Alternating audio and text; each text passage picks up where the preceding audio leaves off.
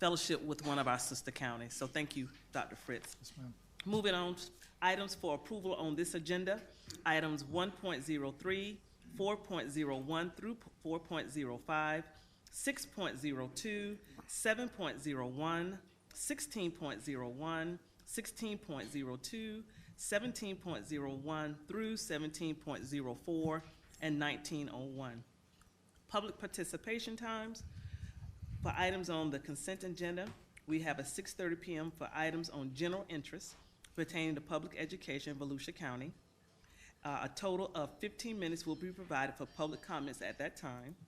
Time will be provided for public comments on any action item before before a vote is called. Time will be provided at the end of the meeting for public comments for items of general interest pertaining to public education in Volusia County. At this time, we'll move to items 1.03. Approval of the minutes for December the 10th workshop and work session and the December 10th regular session. Is there a motion? Madam Chair, Go ahead.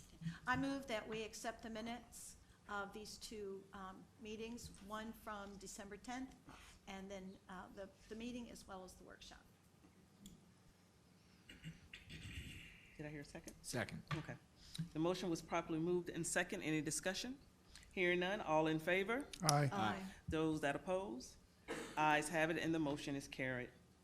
Moving on to item 2.01, Superintendent Scott, did anyone provide any agenda changes? No changes, madam. Thank you. Colleagues, are there any agenda changes? Thank you. I'll accept a motion to approve the agenda as printed. Motion to approve agenda. Second. The motion has been properly moved and second. Any other discussion? Hearing none, all in favor? Aye. Aye. Those that oppose? Ayes have it, and the motion is carried. Moving on to recognitions. 3.01, Superintendent Scott. I'd like to ask Ms. Nancy Waite, Facilitator for Volunteer Partnership Programs, to come forward for a presentation.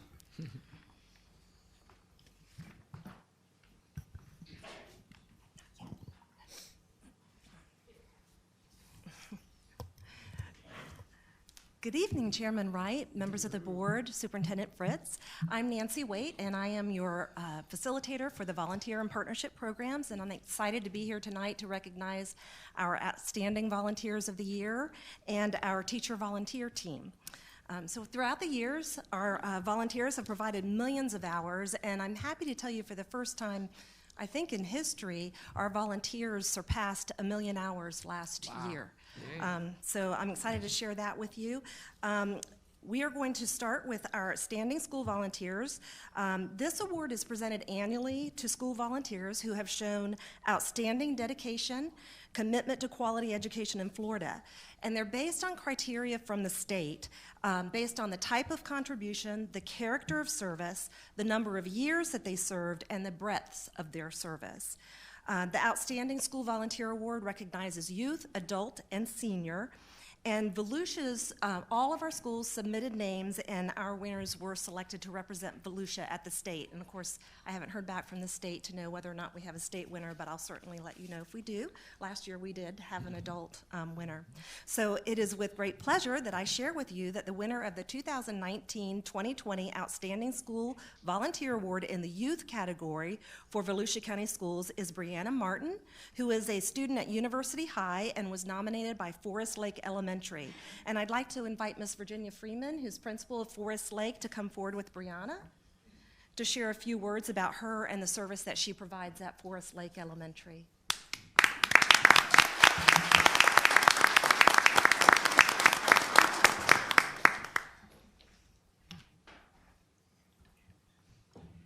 Good evening, Dr. Fritz and school board members. I am so proud and honored to be here tonight to recognize Brianna Martin.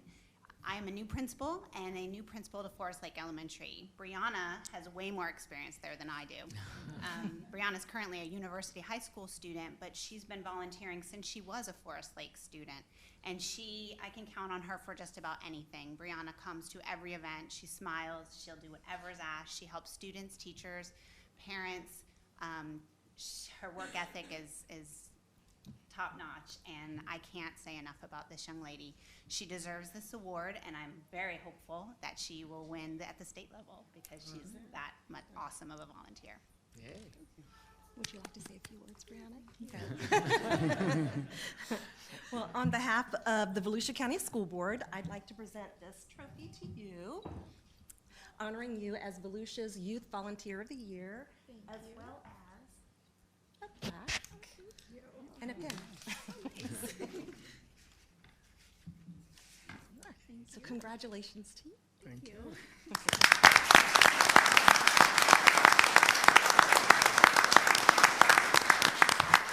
Mrs. Waite, could you have her come back, please? Yes, Brianna? yes, Brianna.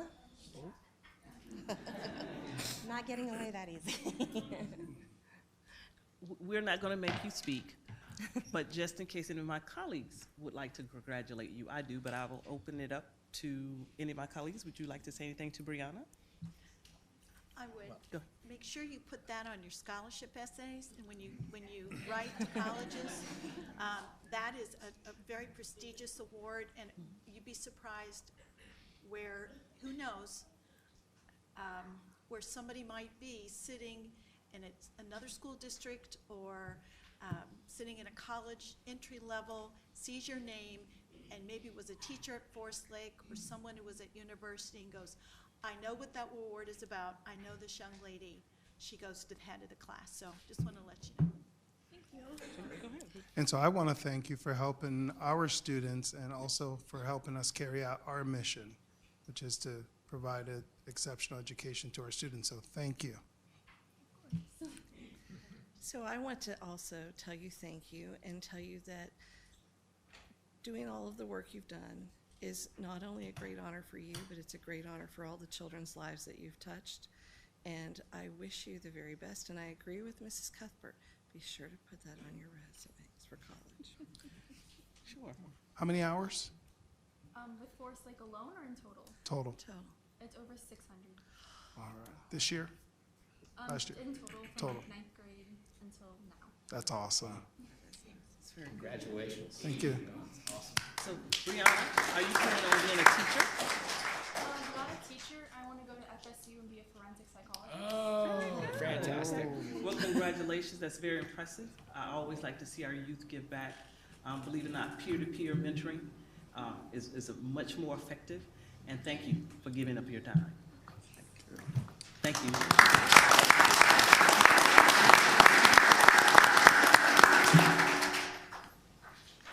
Chairman Wright, I'm assuming we'll take a picture at the end? Yes, that is Okay. correct. All right. Just wanted to make sure. Our next Outstanding School Volunteer Award is in the adult category. This volunteer was nominated by New Smyrna Beach High, my alma mater. And the winner is Mr. James Benefield. And I'd like to invite Mr. Benefield and New Smyrna Beach High's principal, Matt Krajewski, to come forward and share how this outstanding volunteer goes above and beyond to help students and parents.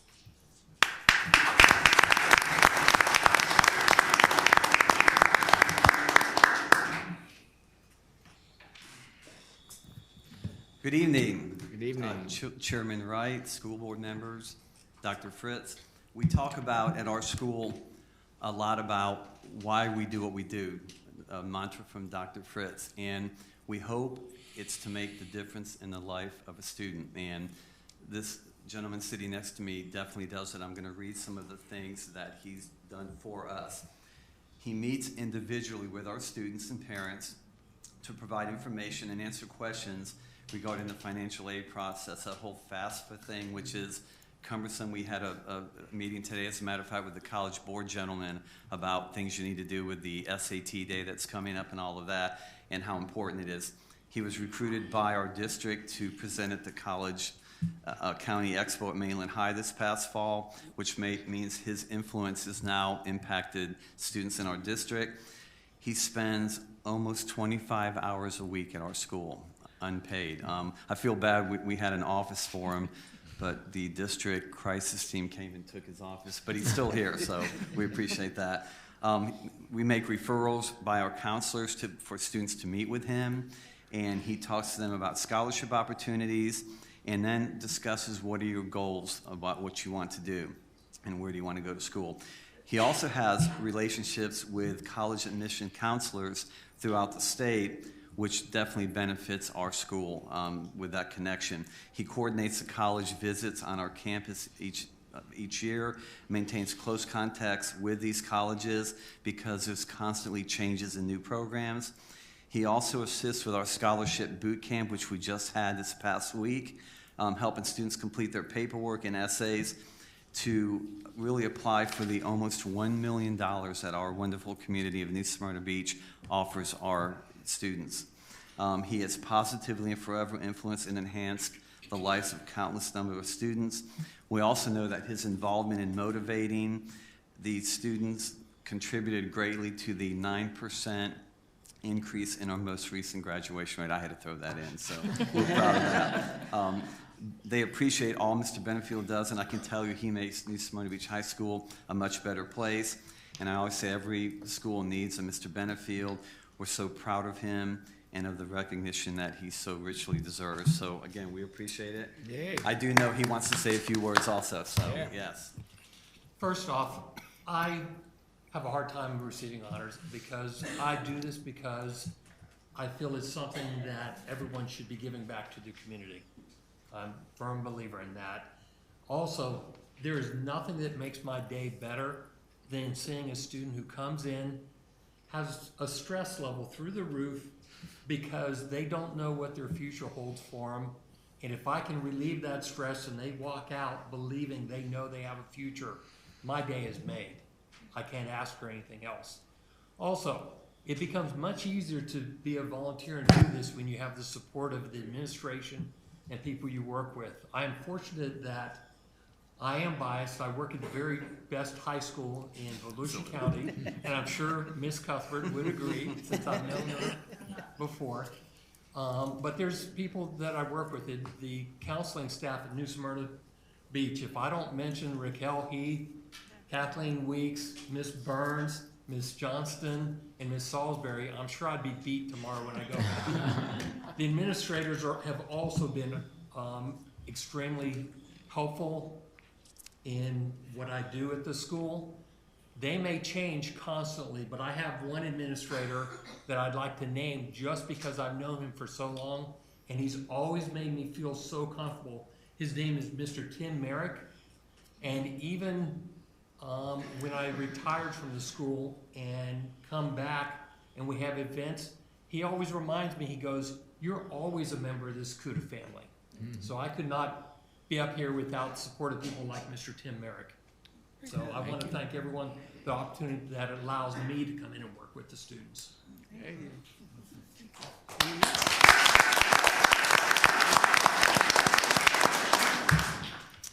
I've had the pleasure to work with Mr. Benefield when he was were you a guidance counselor, or was it just, Counselor and teacher.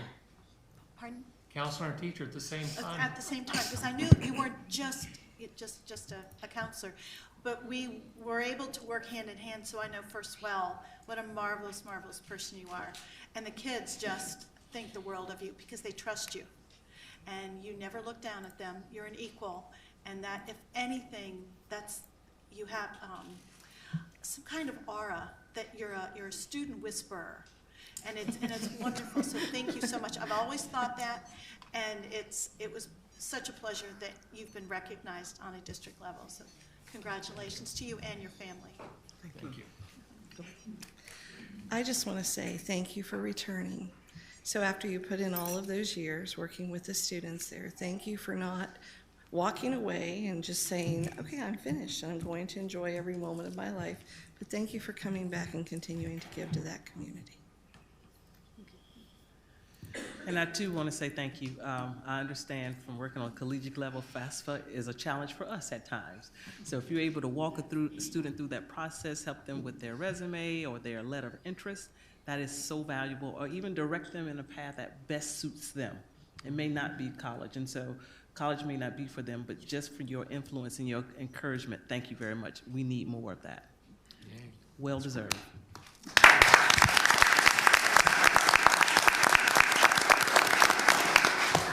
On behalf of the Volusia County School Board, I'd like to present this trophy as being named Volusia's Adult Volunteer of the Year. And And a pin.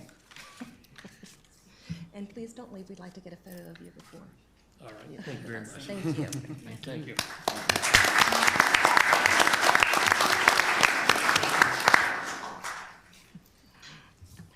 The next Outstanding Volunteer Award is in the senior category. Mr. Alan Harrelson was nominated by Forest Lake Elementary and has made a huge impact on that campus since it opened in 1997. Mr. Harrelson, please join me along with your Forest Lake Elementary principal, Ms. Freeman, so that the school board can hear the many ways that you've contributed and impacted the culture and climate at Forest Lake. All right. Oh, they got two. Two. Hello again. We are super proud of Mr. Allen, as we call him at Forest Lake Elementary. He has done more than I even could name for our school. One thing that I know about Mr. Allen is he's always said to us, I'm just across the street. So whenever we need him, he is there for us. But one of the biggest contributions that I've seen Mr. Allen have at Forest Lake is he was running our school store, which is very successful. The students come in the morning. Mr. Allen's there every morning to sell items for the students. That money goes to student recognition, so then we are able to buy incentives for our students with our PBIS program. And because of his dedication to our school and our students, I'm very grateful that he has earned this award for our school and for Volusia County, for himself. Would you like to say words? Well, I started back when Dave Fisher was there. Wow. My son was in second grade. He's now 29 and a sergeant on Orange City Police Department. I do it for the love of the children because they are our future. And if we don't teach them right from the very beginning, we don't have a future. I've done everything from playing Santa Claus to going over there and removing snakes to cooking. Every year I cook for the 3rd and 5th grade. I have a large grill, so I go cook for them. I've actually gone over there and pulled weeds out with my tractor, so I've helped this principal's secretary unlock her car when she got locked in. I've jumped batteries. I've gone over there and fixed flat tires because I'm across the street and they have my phone number and they know at any time I'm a phone call away. So I do everything I can to help the school because they are our future. Thank you. Thank you.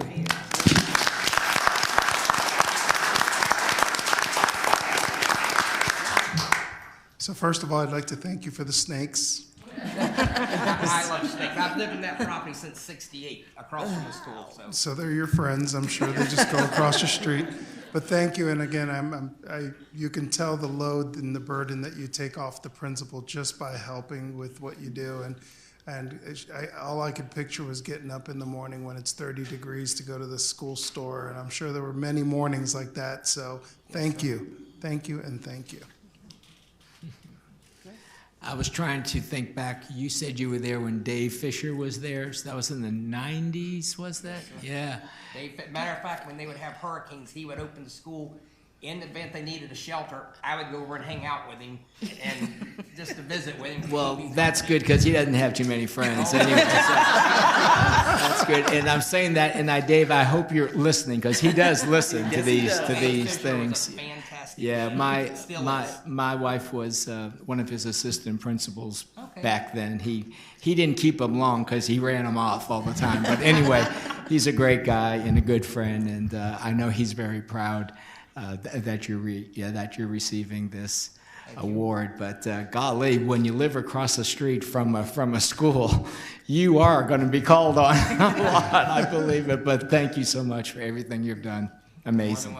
And I want to say thank you too, because I know several people that live across the street from schools and they complain either about the traffic or the children or the noise. So thank you for genuinely loving our children, understanding that they are the future. Yes, ma'am. And I mean, my heart just goes out because that is so special. So thank you, thank you, thank you.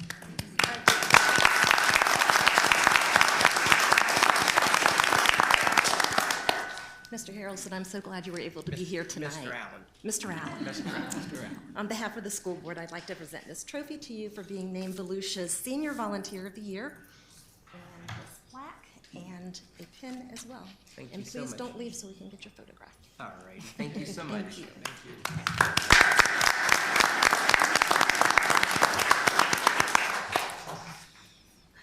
I'd I'd like to now introduce your outstanding teacher volunteer team. Is Mr. Ennis here from Galaxy? Anyone from Galaxy? They're in the back. Yay, okay, good. I wasn't sure they were going to be able to make it, because I know they have some other obligations, so thank you for being here. This is a much bigger team than just one teacher and a couple of volunteers. Some of you might remember last year Galaxy Middle won for their Cyber Patriots volunteer teacher team. This is for the Science Olympiad Award, and I would love for you to tell them how this project has grown, and now you're one of the top teams in the state, I believe. We try. Okay. I sent in the application because of our parents. We're here representing our parents and the guardians at our school. We have had, this is our 11th year. In the first year, we had one or two parents that came in, and they would come in and help like with a team. Science Olympiad is 23 events, and so one of their events, they'd come in and help out like with maybe anatomy and physiology or help make some bottle rockets. And that has grown and grown and grown. And this year, and over like probably the last 5 to 10, 5, 6, 7 years, we've had between 30 and 50 probably parents that come in and do everything from running events. We currently have a couple of husbands that have been talked into coming and joining us every Saturday from 8 to 4 because their wives don't want them at home. And they do everything from launching rockets to helping build cars to building bridges, and they are just consistently there. Some parents can't provide that amount of time, so they provide financial support, whether it's in the form of food, like they'll show up on a Saturday, and it's almost like they compete against each other. They compete to see who could provide the best meal for that Saturday for the 20 or 30 people that are working. And they provide snacks during the week, they make tests, they do research, and we just have, they do amazing things. They help us with fundraisers, some things that you can talk to. You're doing a great job. Okay, so they help us clean. On event day, they make sure that kids get to the right events, because it's really chaotic, whether it's at Embry-Riddle or UCF or the University of Florida, where it'll be this year, so it'll be a new thing for us. And on Saturday of the competition, it's like a 6 a.m. to 6 p.m. type of thing. It's a full day, and the parents get together, they organize it, they do breakfast, lunch, and dinner for 50 competitors, and the teachers, and the other parents, and the family, and the friends that show up, and so it's pretty big. So we are very lucky to have the guardians and parents that we have there, and friends of family, because without them, we couldn't do our jobs. Wow. So It's nice. there you go.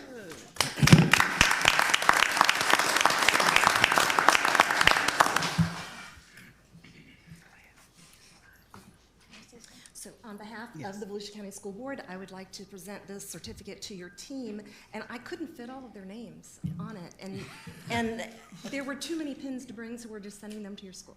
So congratulations and thank you for that.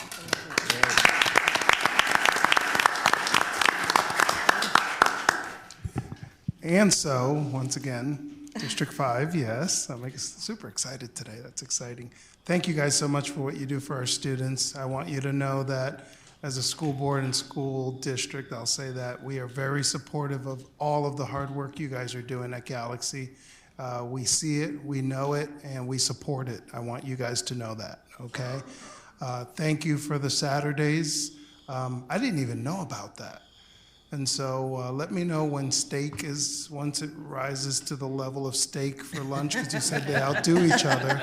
And I'll be more than happy to, but thank you for what you do for our students. And I know you're here for all your parents, and I think that was very noble of you to say, because it's really a team, and it sure is. I mean, the parents of these kids are just very, very strong, as I have found out in the last week. So thank you. Thank you. I've been in your classroom. I was there last year with the Volusia Manufacturing Association, and I was awestruck by what y'all do. I wish I had what you guys have in your little fingers. I wish, what you have in your whole body, I wish I had my little finger, or the other way around. But I truly admire your ingenuity, your innovative way of looking at projects, and then taking your expertise and putting it on the level of middle school students. You can be, I have known a lot of brilliant people. Yeah, I have. But I just want to make, but it's, what's so difficult sometimes is to get that information in a layman's term on a 12 or 13-year-old level of understanding. So that's marvelous. So thank you for your communication skills and your lesson plans. I mean, just Monday through Friday, but then I'm sure you have to do them for Saturday too. So thank you for going beyond what we've asked you to do, and it's truly marvelous. Thank you for being true educators. And it's easy to support teachers like you when you see the enthusiasm that you exude. So as a parent, you always want to help, because if you help, if you're the ones, or I can attribute my child's growth to what you're doing, then I want to make sure that he or she continues to grow. So it's easy to support you and what you are engaged in. So thank you again for all of your enthusiasm and what you bring to the table as well. Thank you.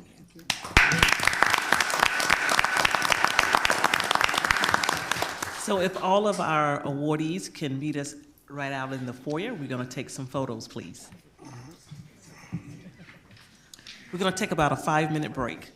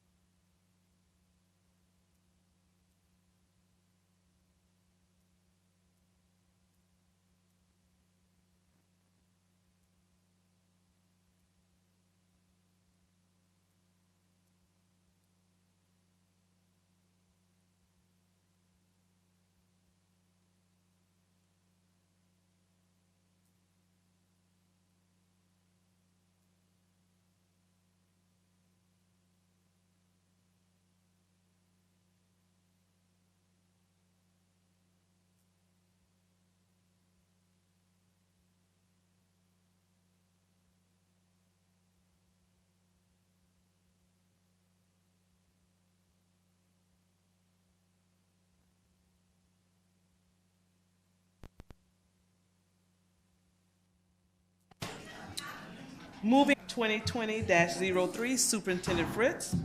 I'd like to ask Ms. Rachel Rutledge, Coordinator for Career and Technical Education, to come forward.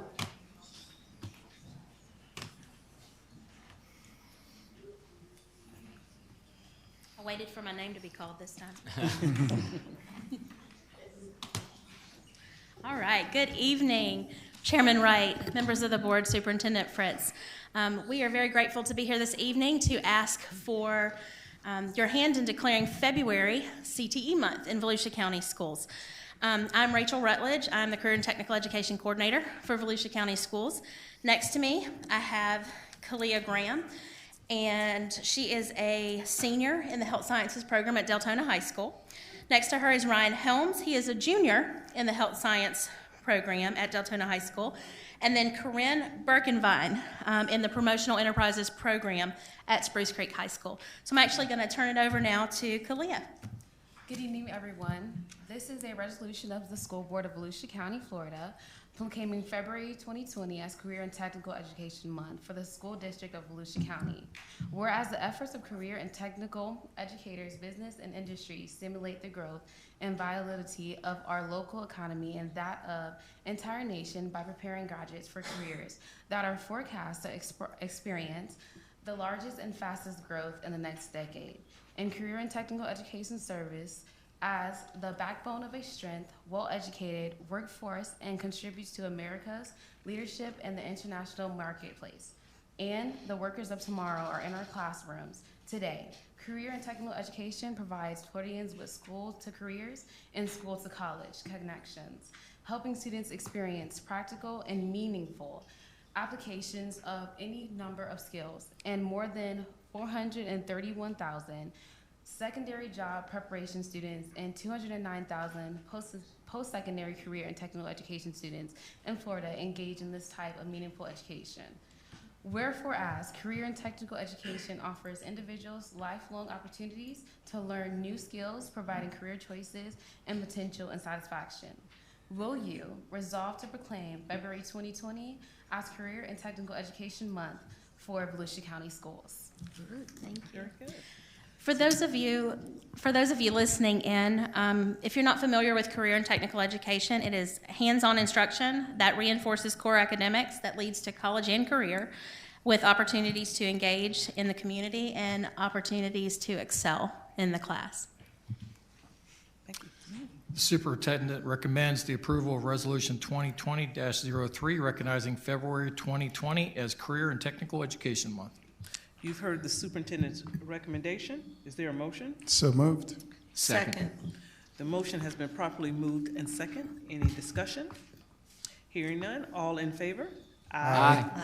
Those that oppose? Ayes have it, and the motion is carried. Congratulations.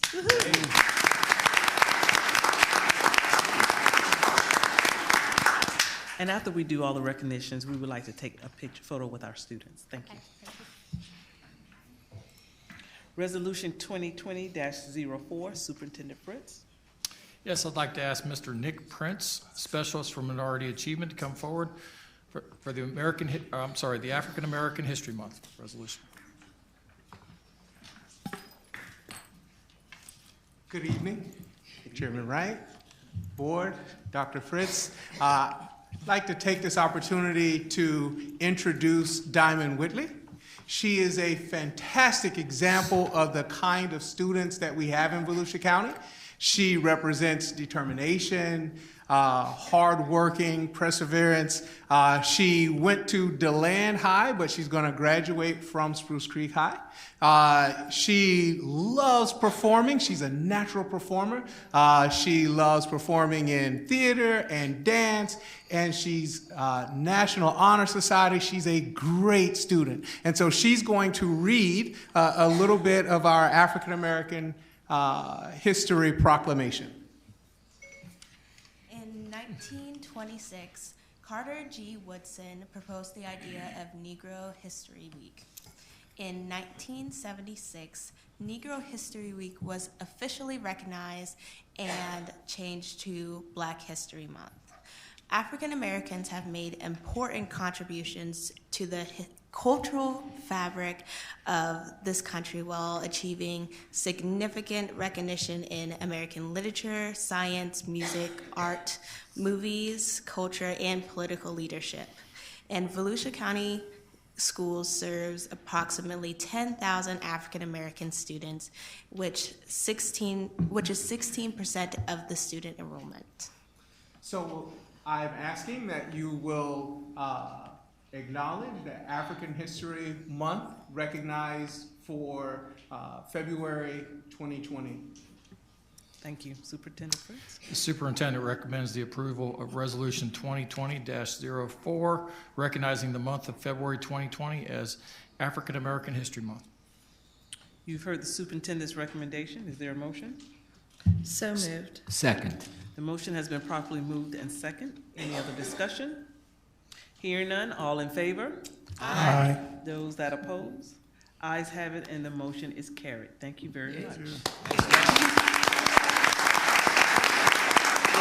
I also want to continue the challenge. This is not just in February. This is all year long, and I'm very proud of the fact that Volusia County has made this a priority for diversity. And so thank you. This is not just February, this is all year long. So thank you for that. Thank you, Mr. Prince. 365 days, you're right.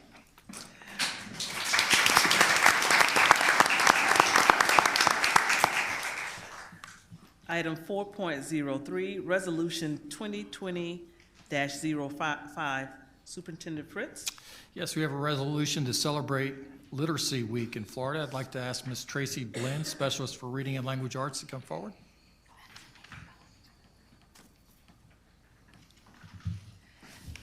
Good evening, school board members and Superintendent Fritz. I am excited to help proclaim this week of January 27th through January 31st, 2020 as Celebrate Literacy Week Florida.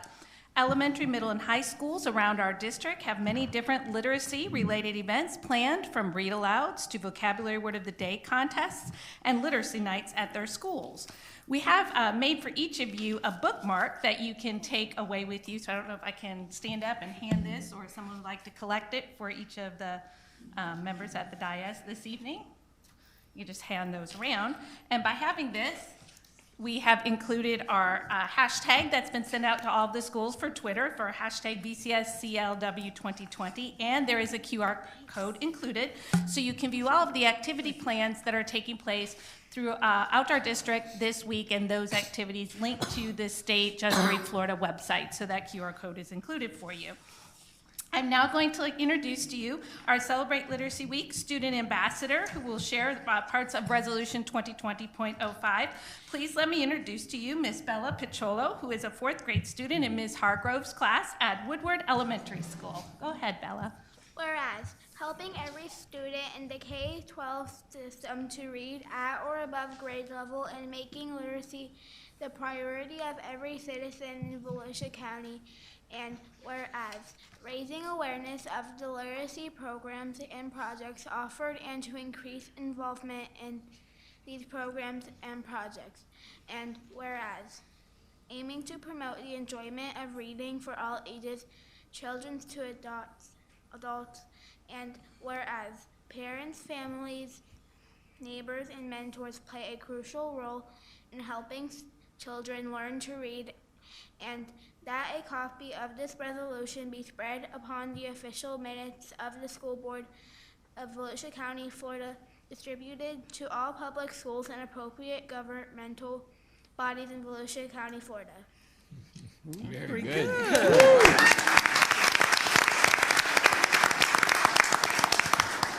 Superintendent Fritz.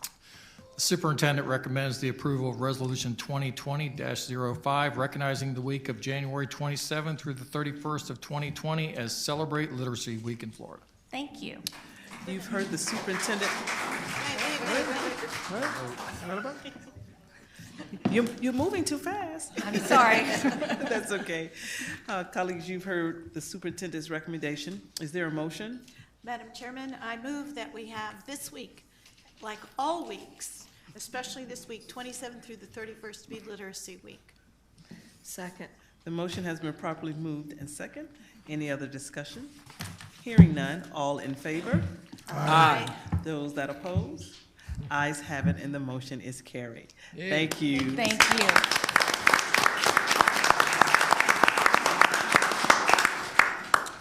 Moving to item 4.04, Resolution 2020-06, Superintendent Fritz. I'd like to ask Mr. Mitch Moyer, Director for Transportation, and Mr. Greg Aiken, Chief Operating Officers, to come forward for a resolution regarding the recognition of school crossing guards. We're also bringing up Captain Egan. The sheriff wants to apologize for not being here this evening, but Madam Chair, board members. Sure. Tell him naughty. No, just teasing. Thank you for this opportunity for allowing us a few minutes here to talk about our outstanding crossing guards that help us day in and day out with our students going to and from school at our elementary schools every day. I'm going to turn over to Mr. Moyer. He's got a few words, and I know Captain Egan does as well. Thank you, Mr. Aiken. Good evening, everyone. It's my pleasure as Director of Student Transportation Services to present this resolution, which you've already reviewed, I'm sure, in which we are, as a school district, recognizing school crossing guards and expressing our appreciation this evening. Here in our district, just like across our nation, school crossing guards play a vital role in the safe transition of our students to and from school each and every day. Rain or shine, in the warm Florida sun or on a frosty Florida morn, these dedicated men and women are more than what meets the eye. They become mentor-like to the children they safely safeguard each morning and afternoon. They provide them and us, as a school district, the most valuable service to our young people and to the communities that we as a school district serve. Behind me, you can see that they've already lined up, and it's my pleasure now to again introduce Captain Eric Egan to say a few words and for introductions. Captain. Thank you. On behalf of Sheriff Mike Chitwood, who does send his regrets and could not be here this evening, he's actually down in Deltona at another government meeting. I want to say how proud and humbled I am to work with these men and women who do an exceptional job on a daily basis, who do put themselves in harm's way and keep our kids safe. We really appreciate the partnership and the collaboration that we have with the school board, and I want to thank you very much. Thank you. And then these are all well, this is just a snapshot of the 120 plus school crossing guards that we do have in Volusia County that do keep our kids safe. So thank you. Yeah.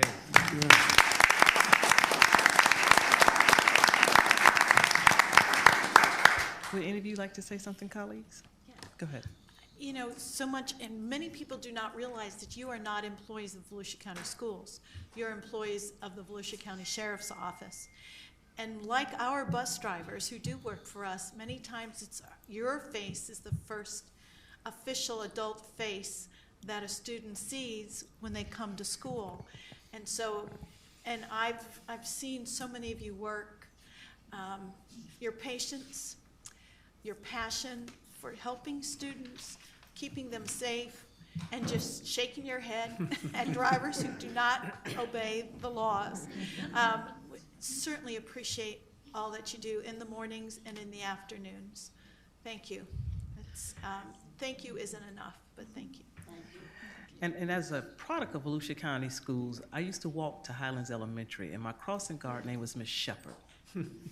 And yes. And Miss Shepherd, and it was always a group of us, if we would get out of line, would say, I'm gonna call your mother. And you'd be like, oh, Lord, not today.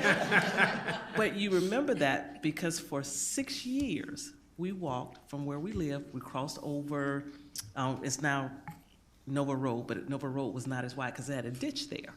And so sometimes we would horseplay, and it was two of them who would always say, get over here and get on across this road. But thank you, because you bring back such fond memories of when I was in elementary school. So thank you, thank you, thank you. Yeah.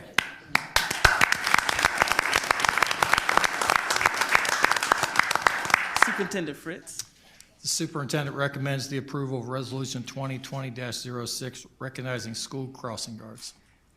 You've heard the superintendent's recommendation. Move approval. Second. The motion has been properly moved and second. All in favor? Aye. Those that oppose? Ayes have it, and the motion is carried. And don't leave, because we want to take a group photo with all of you, okay? Thank you. Give us one, we have one more resolution, then we'll take a photo. Thank you.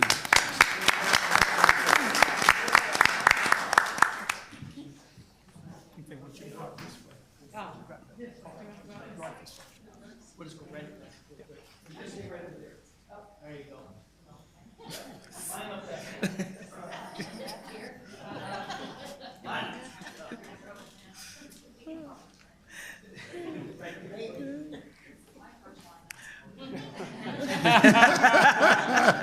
That was good. They'll be here for another 15 minutes. Moving on to items 4.05, Resolution 2020-07. Superintendent Fritz. I'd like to ask Ms. Abaco Rayner, 612 Counseling Specialist, and Mr. Jose Rivera Navarre, Coordinator for Advanced Programs and Graduate Assurances, to come forward as we recognize School Counseling Week.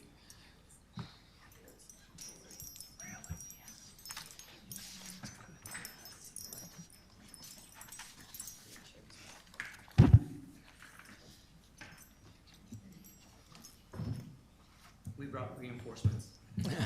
Smart.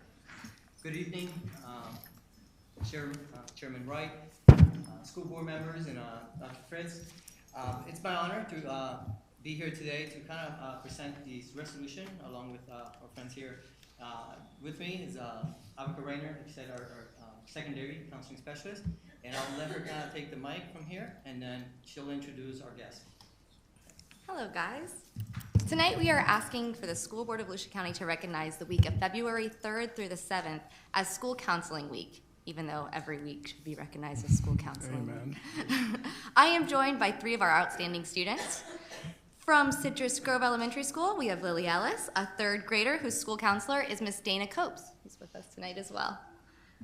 We have joining us from Creekside Middle School, Rose Downey, who is school counselor, is Jennifer Woodward. And a junior at Deltona High School, Battalion Commander Mariana Suarez, whose school counselor was Carrie Kaufman. Right. They will each share part of the resolution with you all, and then they'll talk about a way that their school counselor helps them. Take it away, Lily.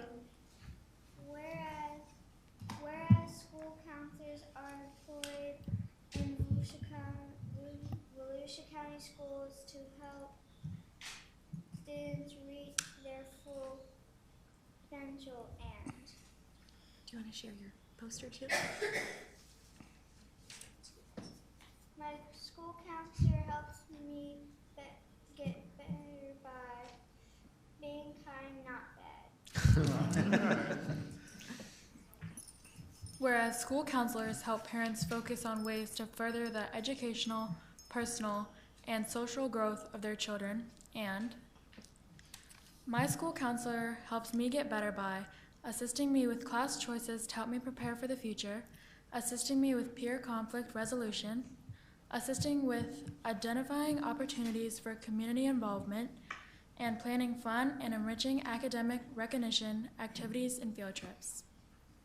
Whereas comprehensive developmental school counseling programs are considered an integral part of the education process in Volusia County schools that enables all students to achieve success in school. And my school counselor helps me be better by aiding me in researching and evaluating opportunities for my post-secondary education while also becoming a well-rounded individual. Thank you all so much for sharing. We respectfully ask that the board approve this resolution. Very good. Superintendent Fritz. The superintendent recommends the approval of Resolution 2020-07, recognizing February 3rd through the 7th of 2020 as School Counseling Week. You've heard the superintendent's recommendation. Is there a motion?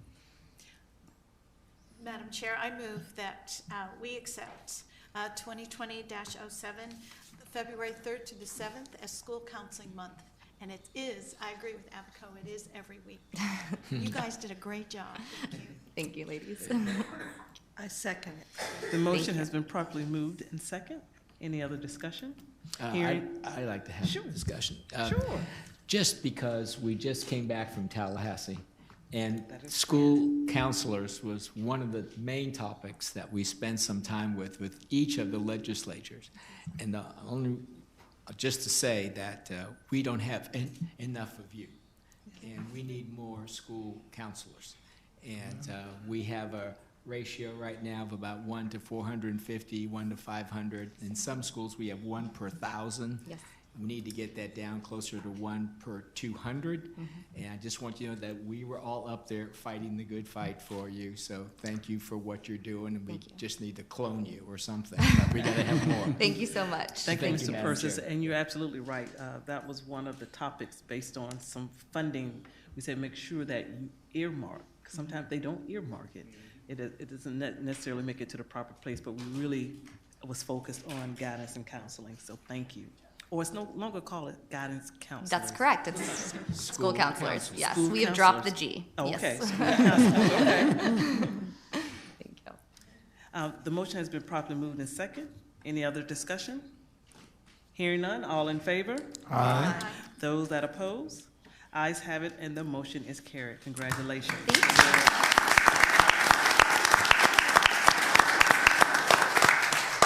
So we will take about a 10-minute break to take some photos and 5 minutes so we can grab some water, and we'll start with our crossing guards first. Start with the crossing.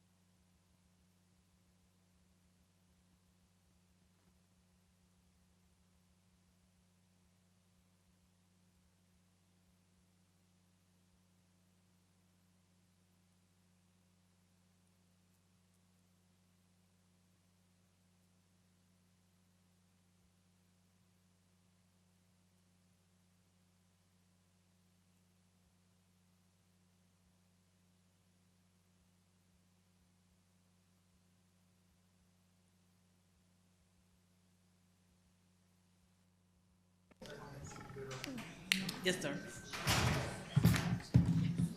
Where'd everybody go? The fun things are. Oh, sorry.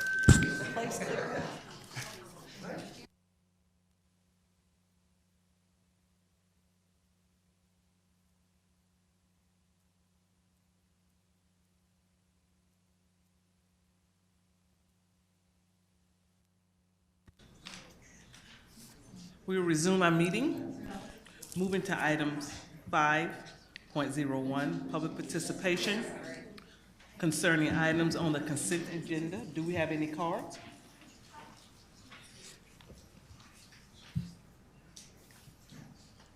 When I call your name, please come forward. You have 3 minutes to speak. The first person is Mrs. Matilda Morbito. Next, we will have Mrs. Carol Sawyer.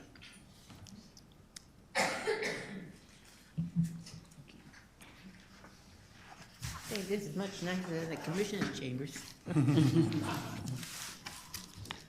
I'm Matilda Morbito. I'm a resident of Deltona. And the reason why I wanted to come here is I'm concerned about all the new developments going on in the city of Deltona and the effect that it's having on education. There are 3 large developments going on in the city in District 6 of Deltona, which is actually District 5 of the school board. All students of those particular 3 developments are going to go to Pine Ridge High, Heritage Middle, and Osteen Elementary. All schools are at or near capacity. The city is planning another development, Pine Ridge RPUD, which will add more students to those schools. When the city planning and zoning communicates with your growth and resource management and referring to these developments, they always are getting an okay. I spoke to Eric today and was concerned about, okay, how are you all communicating with the statistical information? But the city of Deltona is going one way and the county is going another. And this county is actually allotting 1 child per 3 households. The city is counting 1.3 children per household. So that's a big discrepancy in statistical information. So the city is now overdeveloping and the school district is not able to keep up with the growth of the students. So this is kind of creating a problem as far as the amount of students that we will be able to house in our district, and also it's going to have a tremendous effect on the quality of education that we can provide to these students. So I'm here just to create an awareness, and we need to have better communications, and I'm going to go back to the school board, this planning and zoning. The next meeting at planning and zoning, I'm going to go back and ask them specifically what kind of statistical information are you both sharing? And I just wanted, like I said, come here today and make an awareness with you so that you know, okay, I'm thinking about it. I'm hoping that you think about it too. And thank you. Thank you so much. Next, Mrs. Carol Sawyer.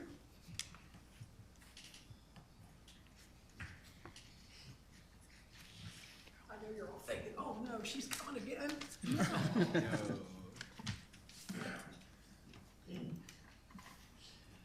Good evening, Chairwoman Wright, board members, and Superintendent Fritz. My name is Carol Sawyer, and I reside at 246 Golf Club Drive in New Smyrna Beach. And tonight, I just wanted to remind you of the topic of student behavior on the buses that I spoke about at the last board meeting. As you bring forth a new student discipline policy, I want to be sure that the bus operators and the bus attendants are not left out and not forgotten.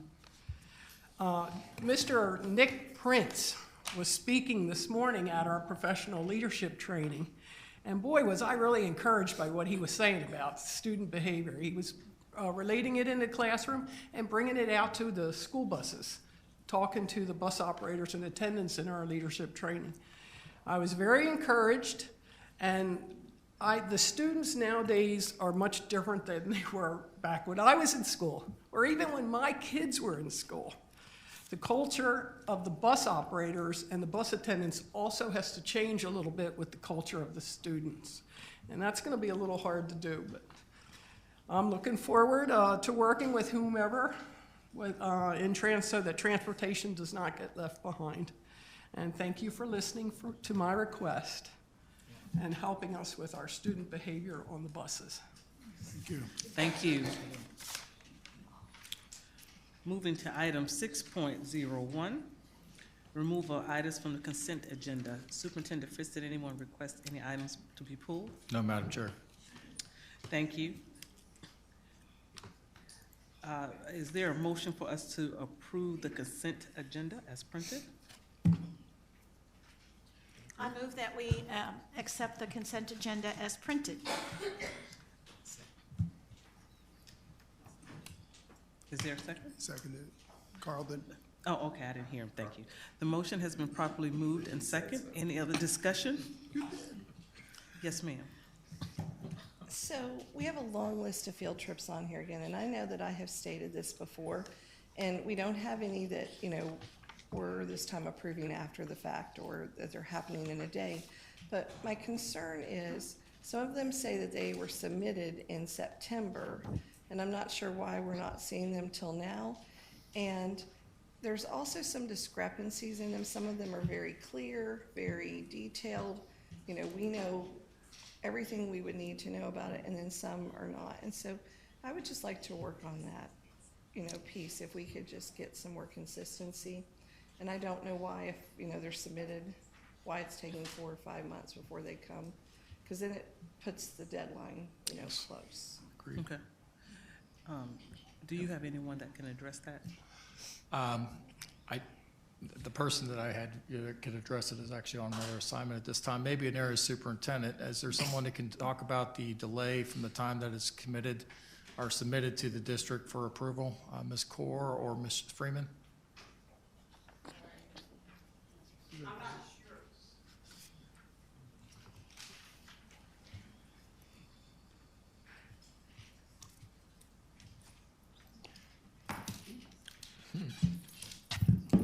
Good evening, everyone. I really cannot answer why some of the field trip requests have been submitted months ago and have not been presented until now. That's something that we would have to go back and individually check that particular school to find out, why that's being done. However, that is something that we can certainly address with the schools. But it is usually submitted and then presented in a timely manner. I was not aware, and I don't think any of us were aware that trips had been requested months ago and just now being presented for approval. And I'm just looking at the date on them and the date that they signed them, and there were some from dated September, and one was not signed till October, but it's just there's a gap there, and I know that there's that piece on every form that says they won't start fundraising until they have approval. And so if they're 2 weeks out now from the trip, that doesn't give them much time to fundraise, or we need to change that piece on the form, because I think they've already done their fundraising, and so then, it's just not matching up. Right. Well, what we can do is we can go back and look at the ones that have been presented today and find out, what the circumstances were surrounding that. Thank you. Dr. Balgaman's in the audience too. We can put this on for an agenda item for us to work with in teaching and learning. Make sure we're a little more timely. Okay. Thank you. Thank you, Mrs. Freeman. You're welcome. So the motion has been properly moved and second. Any more discussion? Hearing none, all in favor? Aye. Those that oppose? Ayes have it, and the motion is carried. Moving on to item 13.01. Superintendent's announcements. We have 5 announcements today in chronological order. Friday, January 31st, we have the United Negro College Fund kickoff fundraiser breakfast at Bethune-Cookman at 8 a.m. We also, the second announcement is the National School Counseling Week, which we honor today from Monday, February 3rd through Friday, February 7th. We have the 2 p.m. at Atlantic High Auditorium. And then we have our next school board work session on Tuesday, February 11th at 10 a.m. in this boardroom. And then we also have a board meeting that same day, February 11th at 3:30 in this boardroom. Okay, thank you. Moving down to 14.01, public participation. I have just one card. Mrs. Marta Pascal.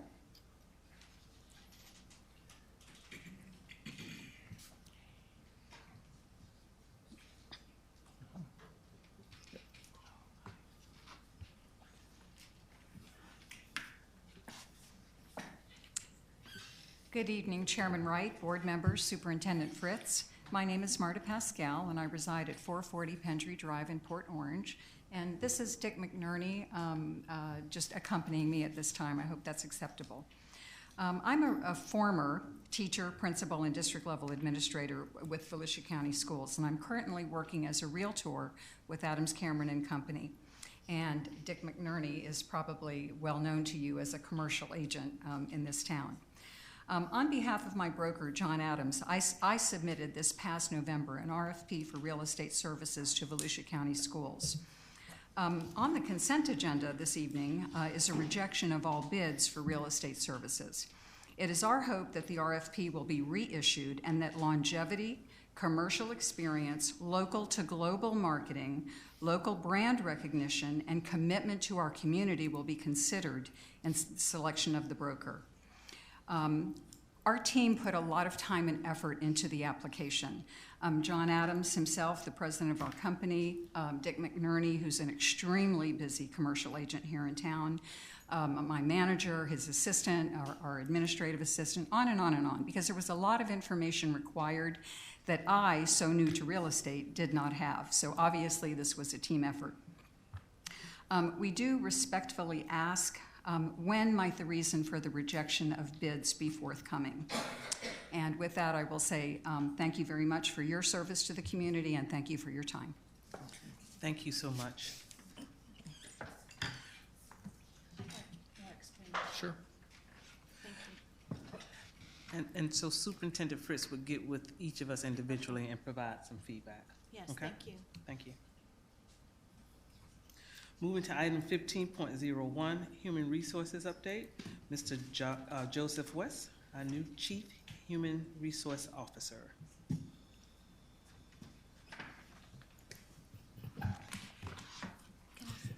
Good evening, Chairman Wright, school board members, and Superintendent Fritz. It's my pleasure to share with you, the school board, the following hiring updates, and I'd like to take just a moment to say thank you to Ms. Kim McKinney for putting this information for us, and also for just kind of doing this for the last few months. I know she's been working really hard to get that information for you. Currently, there are 74 advertised instructional vacancies in the following areas.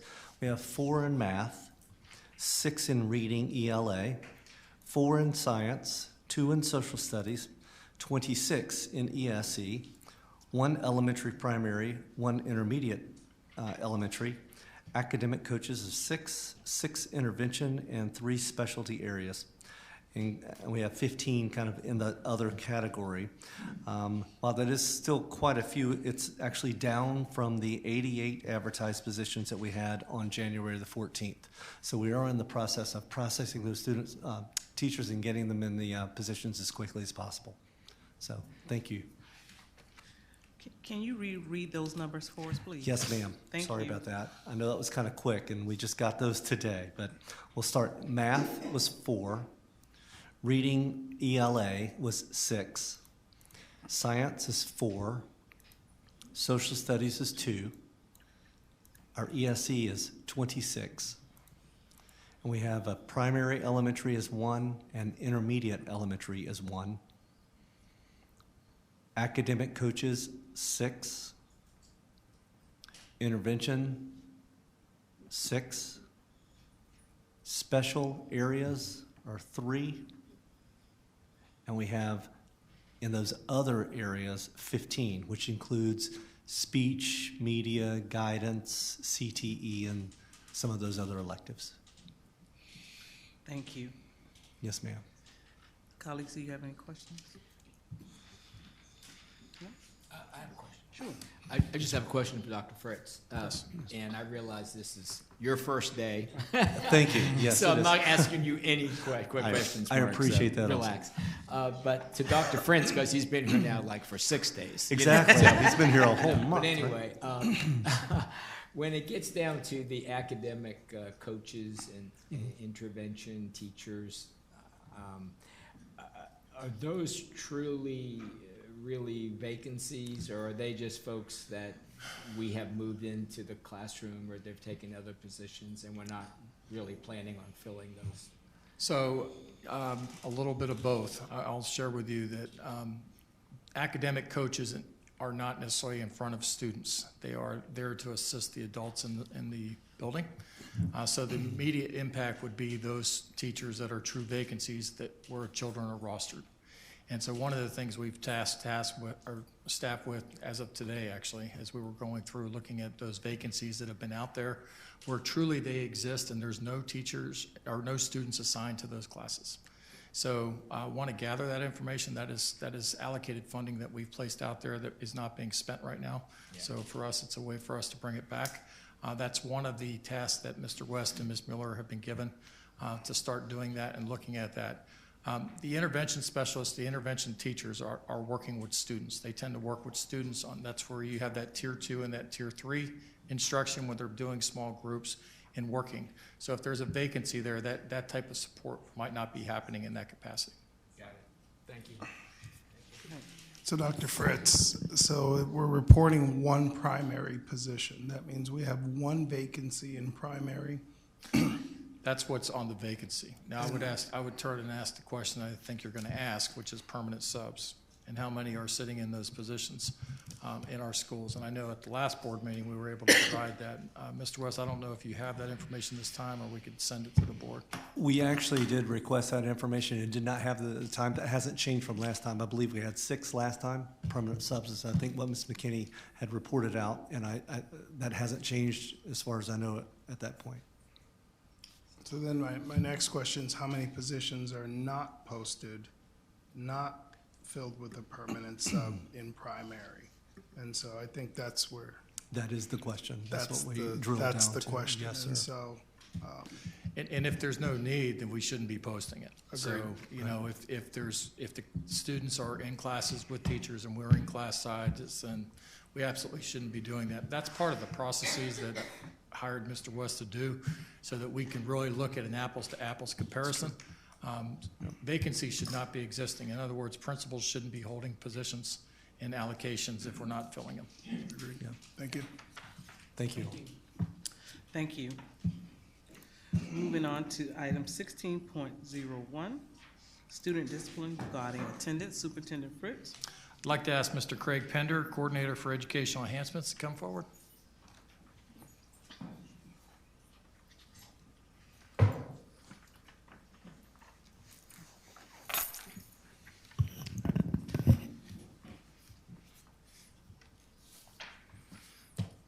All right. Good evening, Chairperson Wright, Superintendent Fritz, and school board members. The District Student Placement Committee is recommending to the superintendent that he request the board extended suspension for the identified students through February 11, 2020.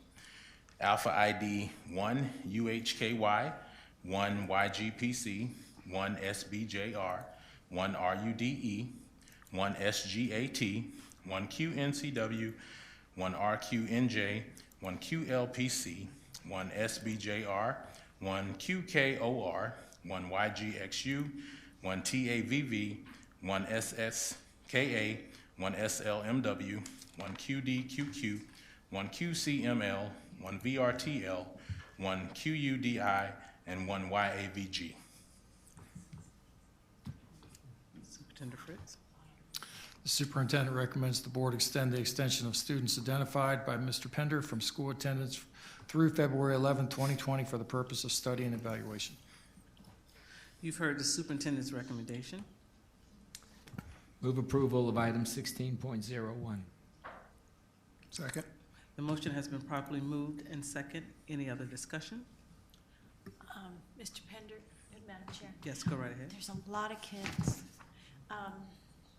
And I know we receive a daily report. each time from the safety and security from your office.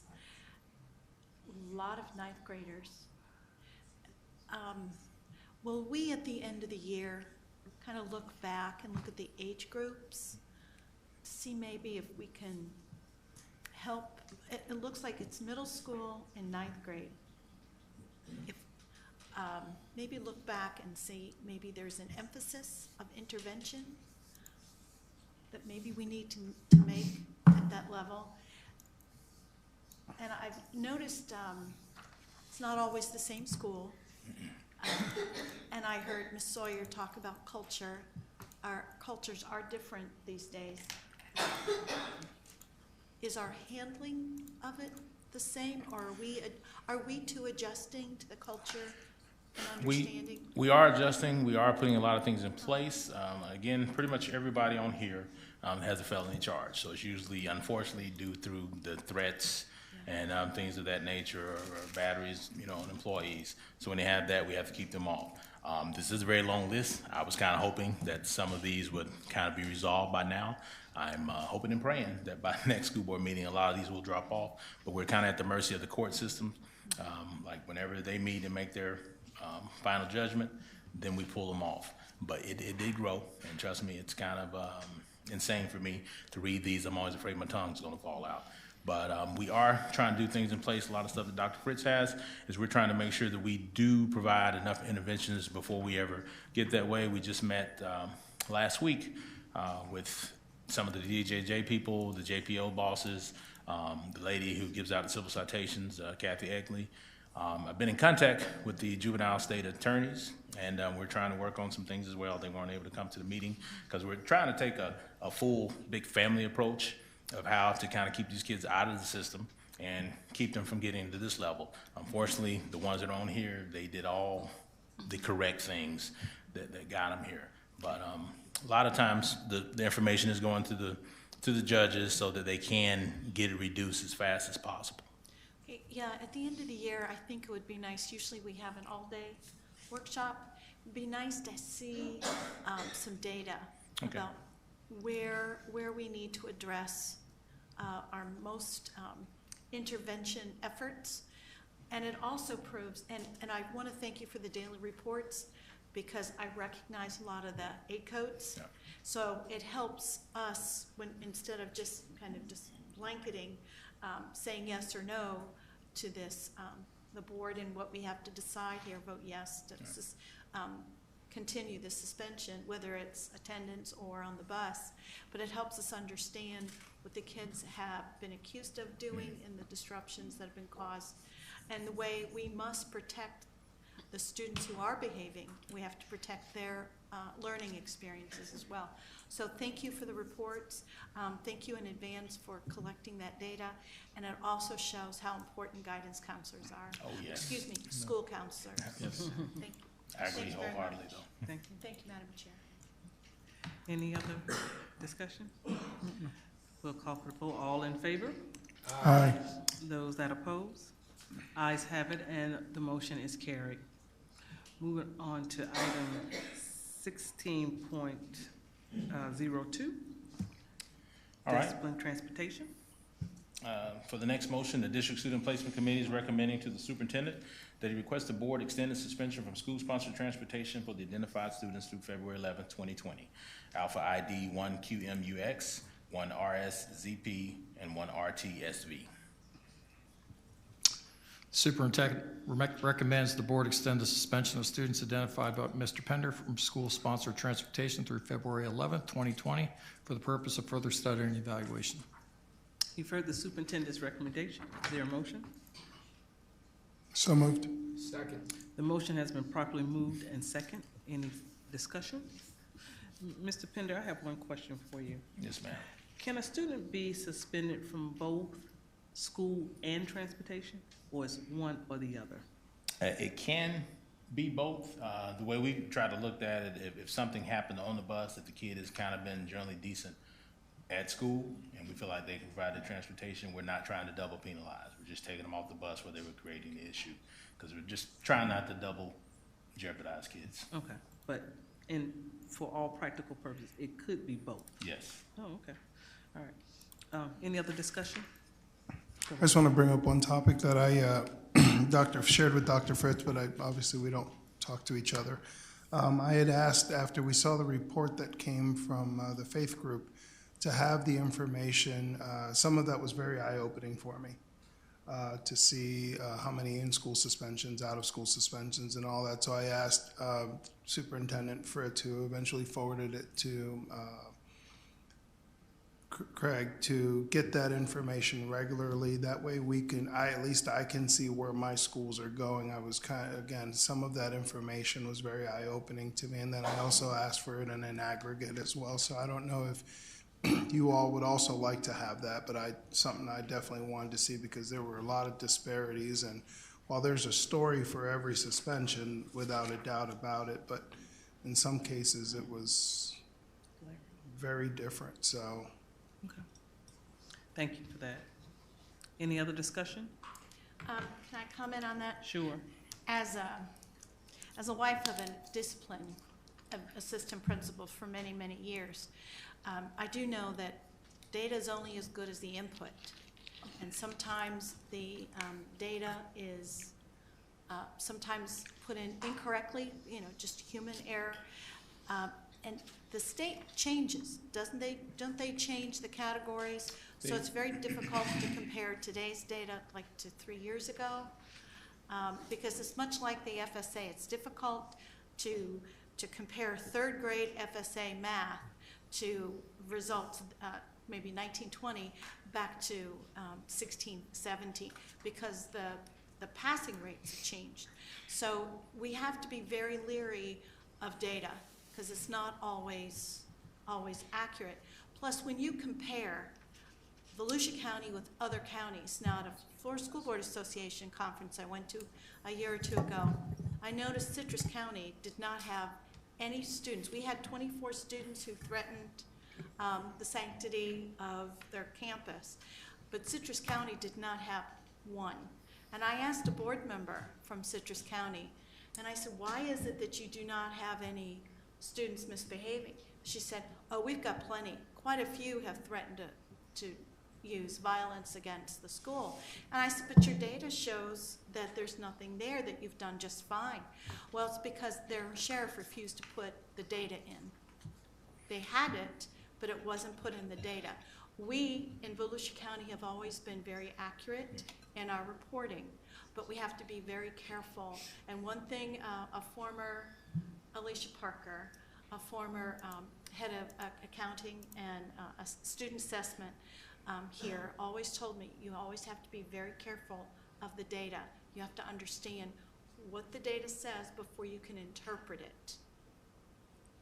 Well, I can tell you, just to kind of reference some of that, depending on what chart you pull, you'll find a different thing. We have been in the process all year of trying to clean up some issues, because with the new focus system, it has been learner error and a few things going on we've been straightening up. And with Dr. Fritz's arrival, it's been in overdrive, trying to get some of it together, which is actually a good thing. We've had, for the assessor edits, I've been making little videos to send out to principals to make sure that they can check their edits to make sure things are correct. Been in contact with the state to correct some things to make sure that everything is right. This year, yes, is learning curve with the new thing. We will never hide from my data. That's the thing I always try to explain to principals, that the state, and nobody cares that you have an issue. The problem is if you're trying to hide an issue.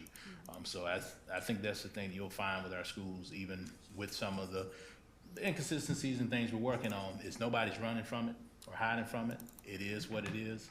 I will tell you, as I'm pulling the reports, yes, I pull a report from one site and it's something different than it was on the other one. So it's like, okay, which one do we give?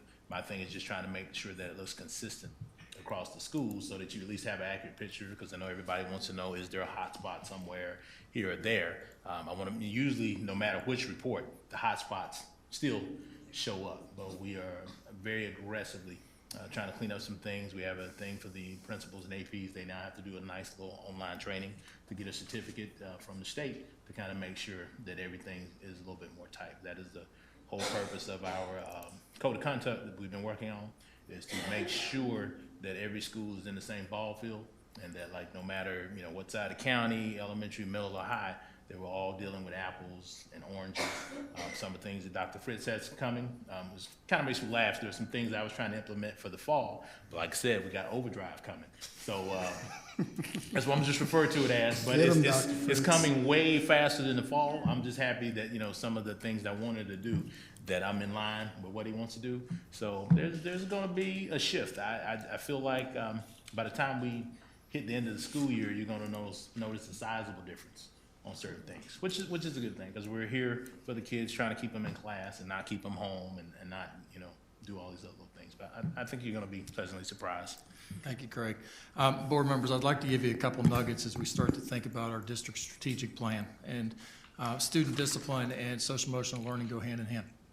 And so as we start to think about ideas for our strategic plan and where we go, Craig really has jumped on this. I give him a lot of credit. Rose Rowland has been leading the charge on some areas for us. And I will share with you something he said that is very important. We have to call it the way it is. We are making sure all of our administrators by spring break have had assessor training.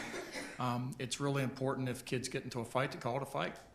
And so some of the data coming in might be alarming, but as we go through this strategic plan, please understand that it's built in that we update the board on everything in that strategic plan at least twice a year. And so as we go forward, there really won't be a lot of guesswork. You'll see it. But that's nugget number one, so I'll save nugget number two for a few minutes. Thank you. Okay. Can I add something? Yes. Okay, thank you for explaining better than I did. And also, if we don't report accurate data and its consistency, we can't address the issue. So we have to understand, first of all, we know what happens, we have to know why. Yes. And that's the role of the intervention teacher, the guidance, the school counselor, administration. It's not just to look at exactly the event, but the cause of the event. And that's our job. That is what we have to create policy for in order to have the right policy to address the right issues. But if we don't have the correct issues reported to us, then we can't create the policy to correct. I agree wholeheartedly. I mean, I think the whole thing is just simply, I think in the past, sometimes we've been kind of reactive, and we're having a whole culture shift about how to get in front of issues. Like the moment that, you know, you smell the smoke, let's go to the fire instead of waiting for the house to burn down. So it's coming. I think you're gonna be surprised. Either that or I'm gonna be really great. But Thank you, sir. Thank you, Madam Chair. Did you say really great? really great. Great. Oh, okay. I'm trying to figure out where the gray is coming. But It's gray up there, so I shave it off. not a problem. Any other questions? I believe there's a motion on the floor. I had a second. All in favor? Aye. Those that oppose? Ayes have it, and the motion is carried. Thank you, Mr. Pender. Thank you, Mr. Pender. Moving on to item 17.01, SAT school day contract with the school board, with College Board. Nugget number two. Superintendent Fritz. As we go forward, we have to make sure that we're giving our students opportunities that are meaningful, that'll help them beyond education. Remember, I told this board that the conversation in grade 9 needs to change. It's no longer about getting, these are the 24 credits you have to walk across stage. It's now about what is you want from the next 4 years experience so we can prepare you for life. And I will share with you that I'm a big believer in meaningful assessments, and I think the SAT and ACT are both meaningful assessments. This contract today coming forward will allow our 11th graders, all 11th graders, to take the SAT during the school day in April. And the plan would be that those same 11th grade students, when they become seniors next year, will have a second opportunity. Research shows the second administration of the SAT will improve scores on the average of 120 points. So we will throw a lot of work into that. I'm a big believer in practice. I think we will have a major implementation with Khan Academy for those juniors between their spring and their fall administrations. In addition, I told you about the 9th grade. Next year, you'll see a 9th grade PSAT to get them launched, because what that does is it identifies their potential for more rigorous courses. So tonight before you is a contract for the 11th grade SAT. Okay. No, it was me. Okay, all right, thank you. Board, do you have any questions? I have a comment. Okay, go right ahead. As a former 11th grade English teacher, I wholeheartedly support this. And I understand the fiscal impact, but I can't think of anything better to invest in our students. This is an assessment that most kids dread. I know I did when I took it. A lot of kids wait until their senior year, and then they start retaking it in order to bring up their Bright Future scores, their scholarship entrance scores. This, I think, is a marvelous, marvelous idea because the College Board understands. They are the national assessment team. They also write all the advanced placement exams. They also write the ACT. So, and then the PSAT to be given to all ninth graders. Next year, are we going to do ninth grade and SAT? Ninth grade, 10th grade PSAT, and 11th and 12th SAT. Okay.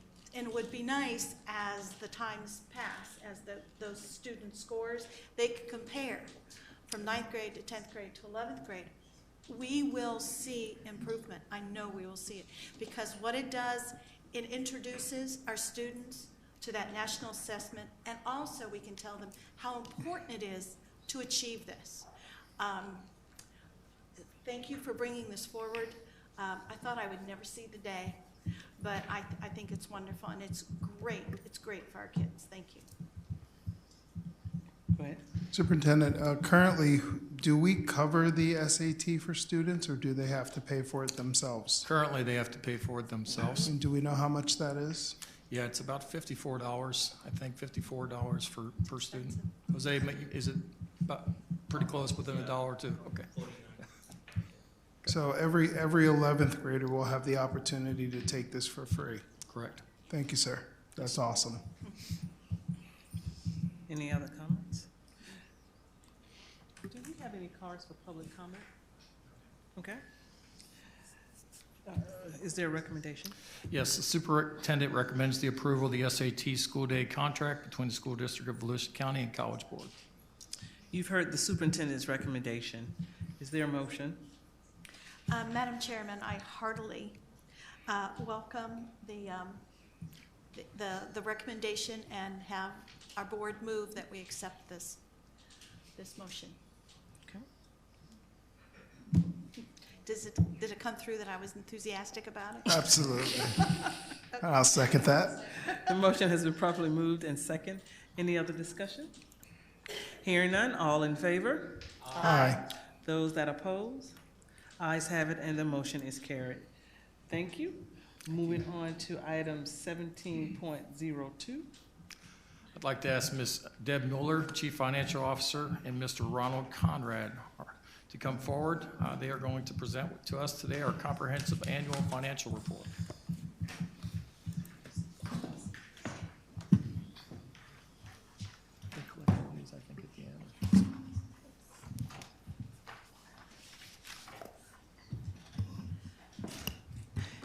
Good evening, Madam Chair, board members, and Dr. Fritz.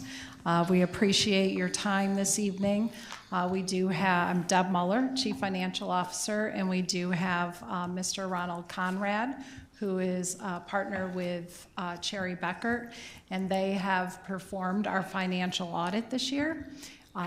And he is here to present the results of that and our CAFR to you. And I would like to acknowledge Cherry Beckert and their staff for the excellent job that they do, and also recognize our staff internally.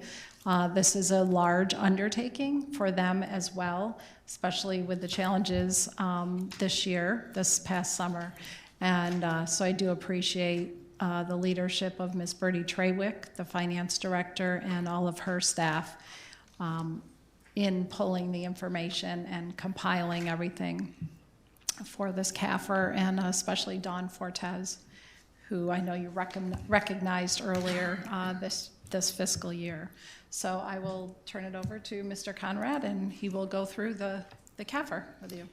Well, thank you very much. I appreciate it. This here is the comprehensive annual financial report. I suppose you have all seen it. It was issued, actually, December 12th was our report date. And what we try to do every year is make sure that the financial statements are issued during December.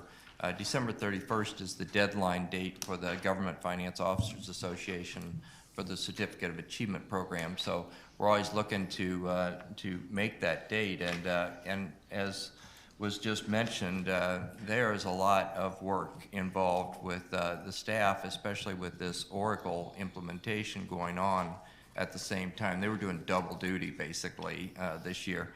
So there was a lot going on for them, and we very much appreciated the efforts that they had and the diligence they had in making sure everything was done right and done timely. So wanted to acknowledge that. It has been submitted to the Government Finance Officers Association. We do believe it will get the Certificate of Achievement again this year. It has each year in the past, so I just want to let you know that. It does include, or did include, a single audit, which is for their federal grants.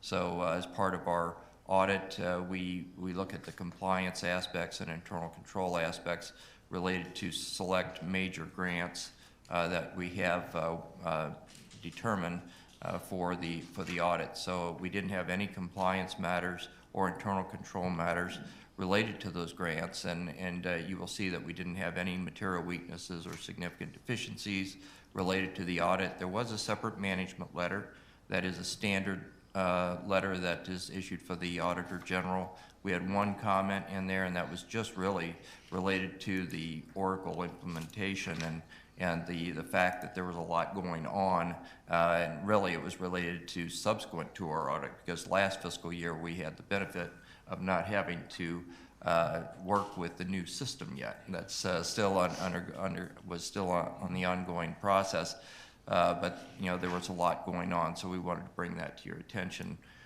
there. We also had a letter to those in charge of governance that you would have received. It's a standard letter. It goes over our significant findings, any difficulties in performing the audit. It was very standard. There's nothing unusual in the letter. We did have attached to that a couple of adjustments that we didn't make. I think you had gone over those adjustments with them. And really, I think that was as much to do with the fact that there was so much going on and so much pressure everybody was under, you know, during the year to try to get the closing done. But again, you know, clean letters, clean bill of health for everything, and the report was done timely. Clean opinions on everything. Sure is. Any questions, comment, colleagues? No? Okay. Superintendent. The superintendent recommends the acceptance of the submission of the audited comprehensive annual financial report for the fiscal year ending in June 30th, 2019. You've heard the superintendent's recommendation. Is there a motion? Go ahead. Go ahead. Move approval of item 17.02. Second. The motion has been properly moved and second. Any further discussion? Hearing none, all in favor? Aye. Aye. Those that oppose? Ayes have it, and the motion is carried. Thank you very much for your time. Okay. We have one more to go. Yes, you do. Moving on to item 17.03. Superintendent Fritz. Ms. Mueller and Mr. Conrad, please continue. Okay. Yes, we will continue, and in addition to the district's financial audit that Cherry Becker performed, they also performed our internal accounts audit, and a summary of that is being passed around. You would also receive the audit report on that, and you know, that is quite an undertaking that happens because they visit every single school that we have and perform an individual audit within those schools. I'll give you a, if you're all set, then you know, we'll continue when you're ready. Yeah, can you give us a chance to read over this for just a second? I can go over it with you if you'd that's like. Fine. Okay. What this is a recap of the report that you had been provided before, and the actual report that we have goes through any comments that we have by school. So you have the detail for each school. The principals sign off at each school, so everybody knows, what the comments are. We also had training that we provide each year, and we had the training in September of this past year, trying to go more in depth and more detail for the bookkeepers. The bookkeepers from the different schools attend these, and so we think that by doing that a little more detail, that will be helpful going forward. It's always a task. There's a lot of forms and different things that they have to keep track of every year, but nevertheless, there are regulations, requirements to get these taken care of. The comments at the very first page here, what this is a recap of some of the primary findings that we have. They comprised 72% of the total findings for the district, as noted on the very bottom of the page. Basically, they deal with two things. One is timeliness. Some of the comments you'll see that there's a requirement that they have it the next day, and they didn't make the next day requirement, so those are certain things we look for. The other thing is just really the proper completion of forms. So those are the two things. We didn't find anything with respect to fraud or any kind of conduct that would be something that would be taking money or those kinds of things. This is really more of filling out the forms in accordance with the requirements and timeliness. So you can see what we did here on the first page is on the left-hand side. There's on the top of the page there. It's got a 19 and an 18. Those deal with fiscal 2019 and fiscal 2018. So this is the number of findings that we had. So for the first one, there was 17 findings in 2019 for that particular finding, and in 2018 there were 15. And you go down and you see in the next one is 2019 had 17 findings, 2018 had 15 findings for that. Some you will see reversed, that in 2019, for example, you go further down and you only had 10 findings this year and you had 17 findings the prior year. This is all dealing with samples though. So, it could be certain, the luck of the draw, if you will, at certain schools.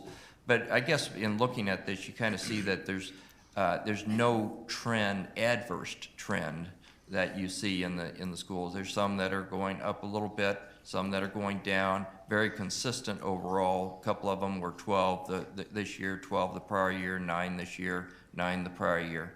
So again, that's what those are dealing with. Some dealing with timeliness, most dealing with the forms and making sure that the appropriate approvals are done on those forms. The next page that you go to, the colorful page, goes back 3 years, gives you a little bit more history. Might be easier to look at just by the number of findings or number of schools that have findings. So what you see in this, you see the green is the bigger portion there, and you see on the very bottom that the green is the very first one that has 0 comments. So for that percent of schools and those number of schools, so in 2019 you had 20 of them with no comments. And you go back to 2018, you had 14 with no comments. 2017, there were 39% with no comments. But then you see how it kind of gets spread in the other categories. So the blue had 1 comment, and the yellow had 2 comments, et cetera, as you go down through there. So it kind of gives you just a pie chart, another view with respect to the number of schools that had X number of findings. Again, I don't see any big trend, one way or the other. We had in 2019, we did have 10 of them with 4 comments. I guess that's probably stands out to me as much as anything. So Again, we wanted to try to get in this training some more detailed training, some more focus on certain things that we're looking at. We're hoping that's helps to be successful, and so that we can reduce these in the future. Colleagues, any comments? Comments? Go ahead. Thank you, and thanks to all of the staff who work on these things. As a former principal, I just know how difficult this is. You're dealing with teachers, so many of them first time dealing with money, not really knowing it. They're dealing with fundraising. Often, with the turnover, it's their first time doing it. They don't really get it. I don't know what the turnover is with the bookkeepers at each school, or if that gets passed around. That's not a fun job, because she's the one, generally it's a she, that is telling them that's not how you do it, or you better do it like this, or I better see you the next day after you collect the money, or even worse, you've done it wrong, and why did you do that? I mean, it's good, but there's a lot of stress there, a tremendous amount of stress, and I guess what I'm getting at is, I'm sure if you're seeing the same issues at the same school, and in that pattern or that trending going the other way, I'm sure somebody from our district staff is having a little conversation with, and you can't blame it on the bookkeeper all the time. You know what I'm saying? It's a shared responsibility. Absolutely. And the principal takes some of that too, because as a principal, I had to keep this in the forefront at staff meetings or through emails, just to remind people, make sure you look at the internal monies policy, make sure you're doing things right, ask questions before you start. Don't get out there collecting a bunch of money and then you don't have any receipts. Where'd it come from? I don't know. We just passed the hat and collected $1,000. Great, well, now what do we do? All those no one's stealing anything. There isn't, like you said, there isn't any fraud.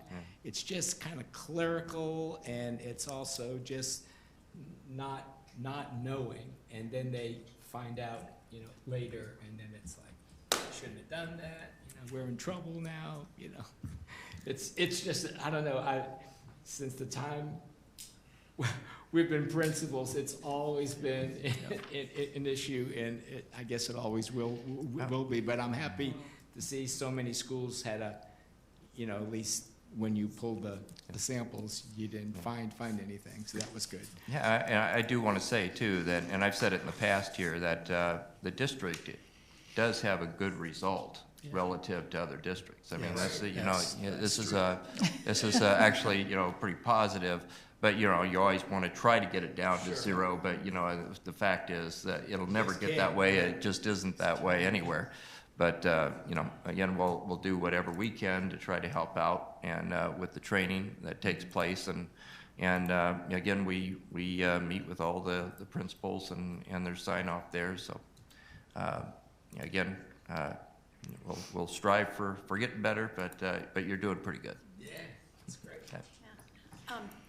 Madam Chair? What's nice is the pie, because where we have 0, 1, and 2 findings, whether there were a great deal in 17, they reduced in 18, and then they increased in 19, which is good. It's only 0, 1, and 2 findings. But then when I go to the 3, 4, and 5 findings, that is steadily increasing. So it went from 23% to 34 to 36. So the pie helps us see what we have to reduce is the number of findings, the 3, 4, and 5 findings. Yeah. So I thought that was interesting, because it looks like we're doing so much better, but that pie was very interesting to section it off like that. So thank you. Okay. Anybody else? So I have a couple questions. So I'm gonna be a little Debbie Downer because we are trending in a negative format in some key areas. So my question is, and Ms. Mueller, you probably can answer, is the form at each school identical? So the form that a teacher completes at Turie Small is the same form that a teacher or coach will complete at Mainland High School, as far as how they submit funds?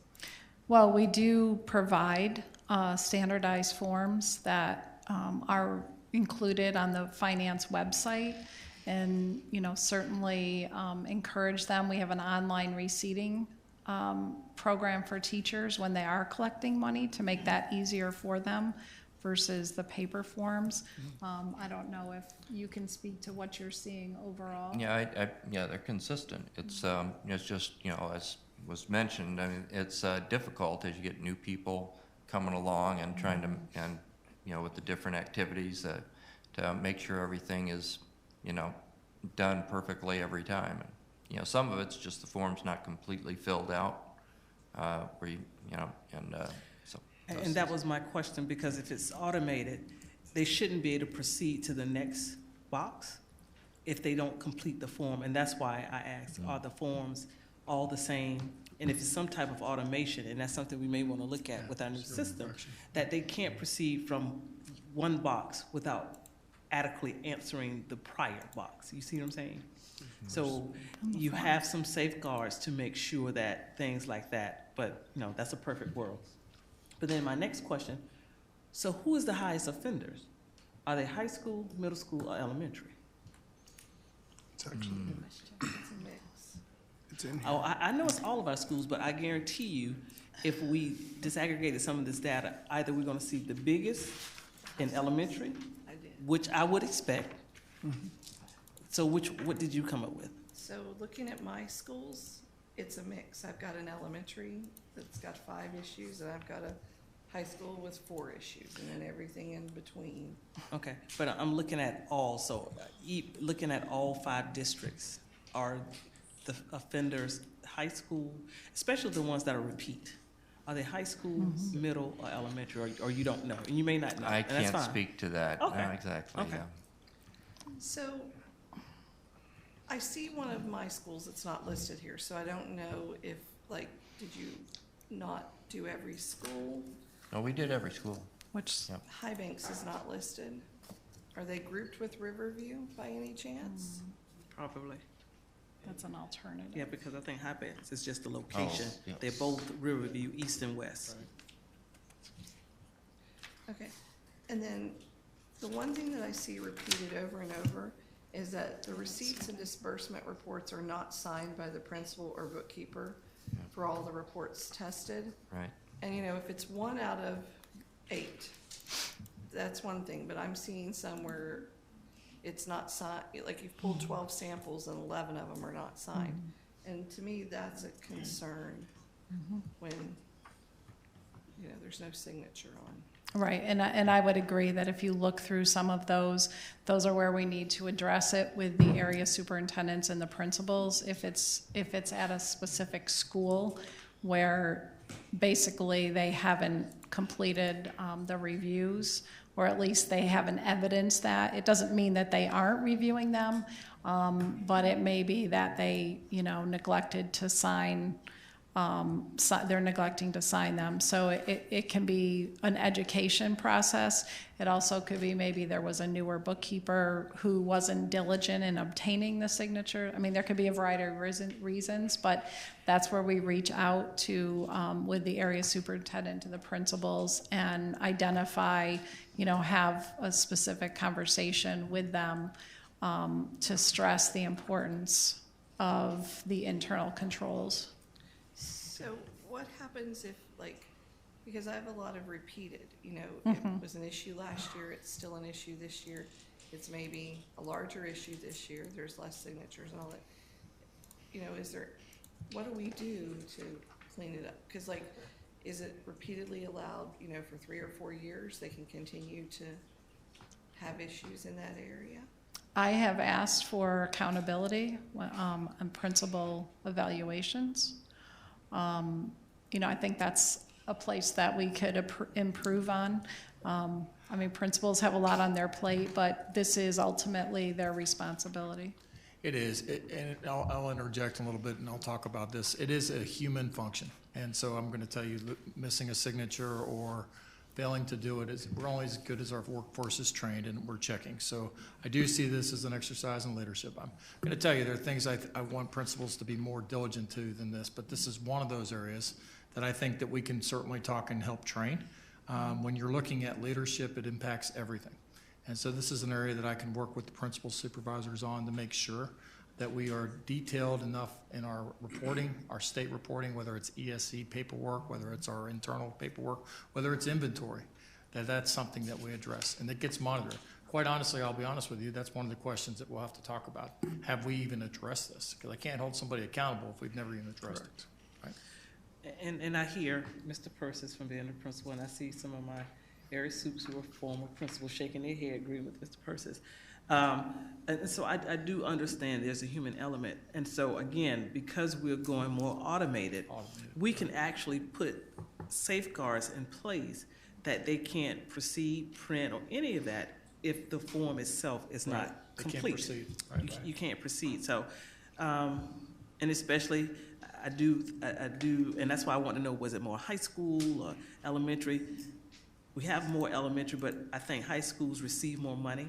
Yeah. And during certain seasons, it's probably really, Especially for sports.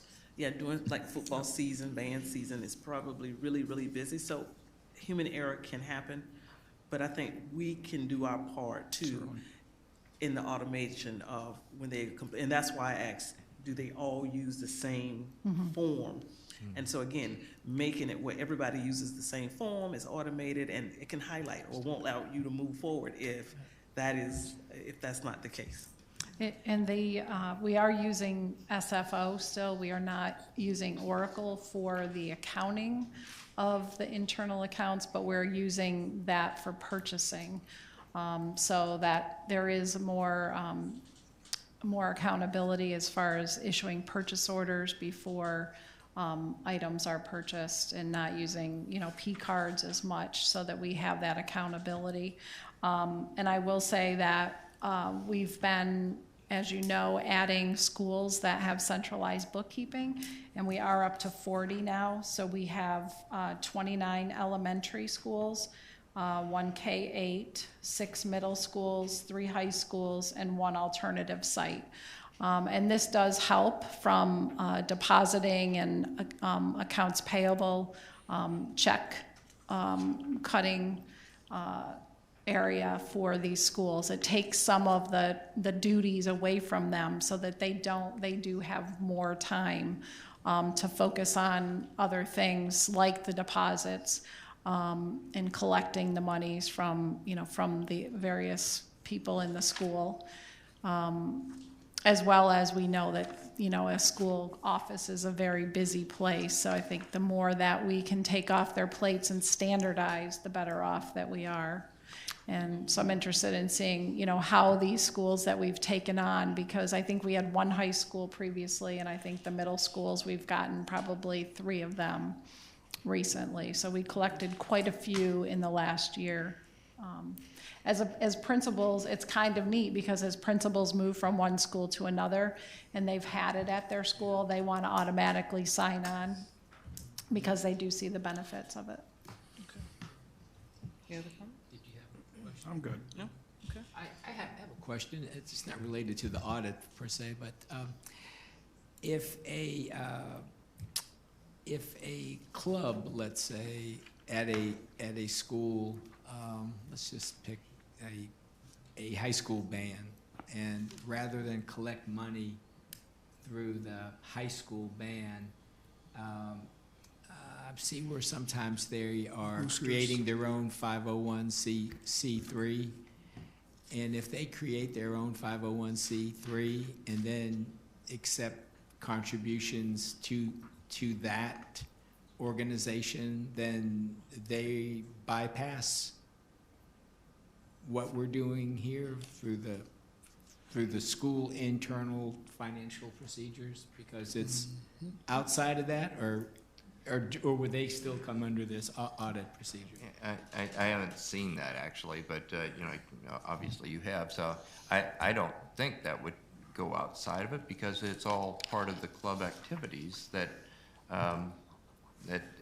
I guess it depends on whether that organization is how the control is on that organization. If you have control by the district, then it has to be part of the district for the financial statements, and all of that would be together. If there was no control by the district, then maybe that's a different deal, that it would be separated out. And Yeah, I'm just wondering if parents or some group, you know,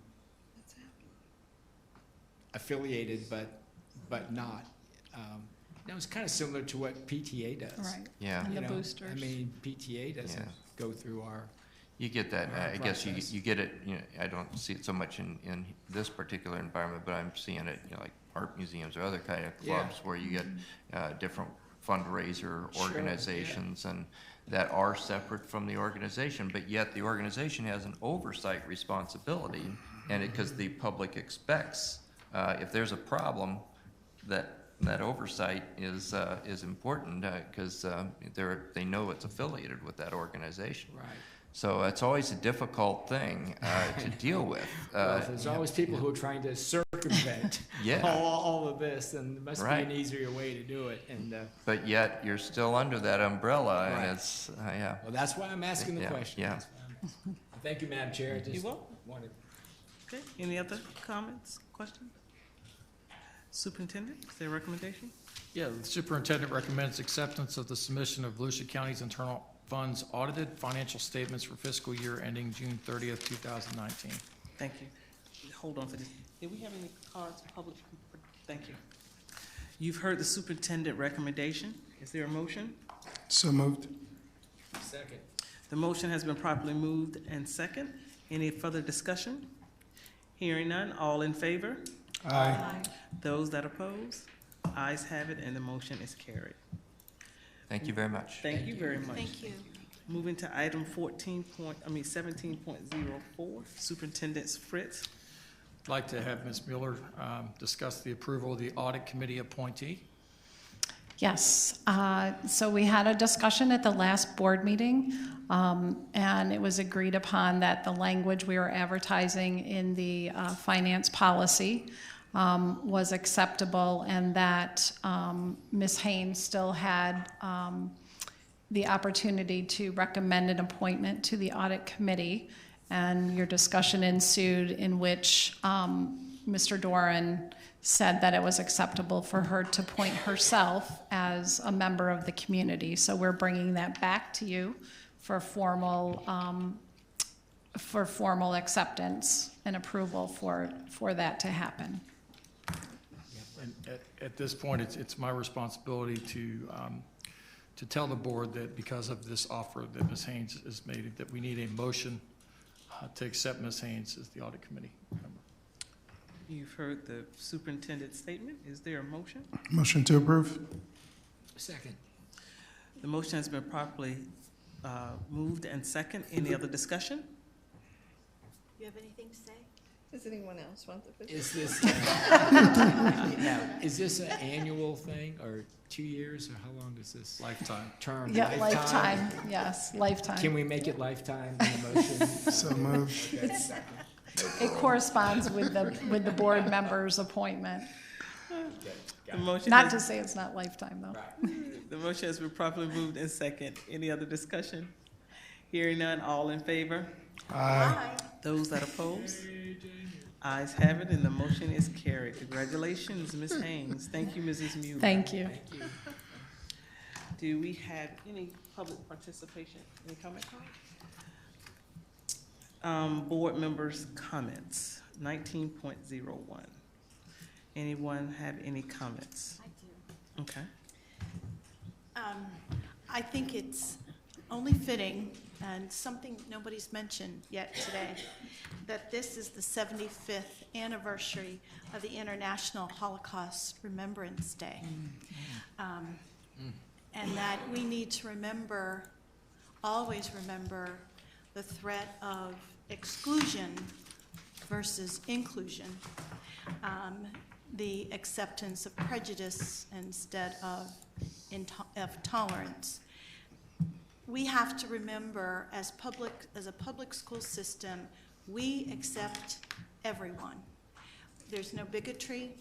We don't discriminate, whether it's a student with special needs, a religious preference, sexual orientation preference, whether the person is a different color, whether the person is old or young. We welcome all through our doors. And as we continue through much of discussion with our state legislature, who has created a lot of choice programs for our students, which I wholeheartedly agree to.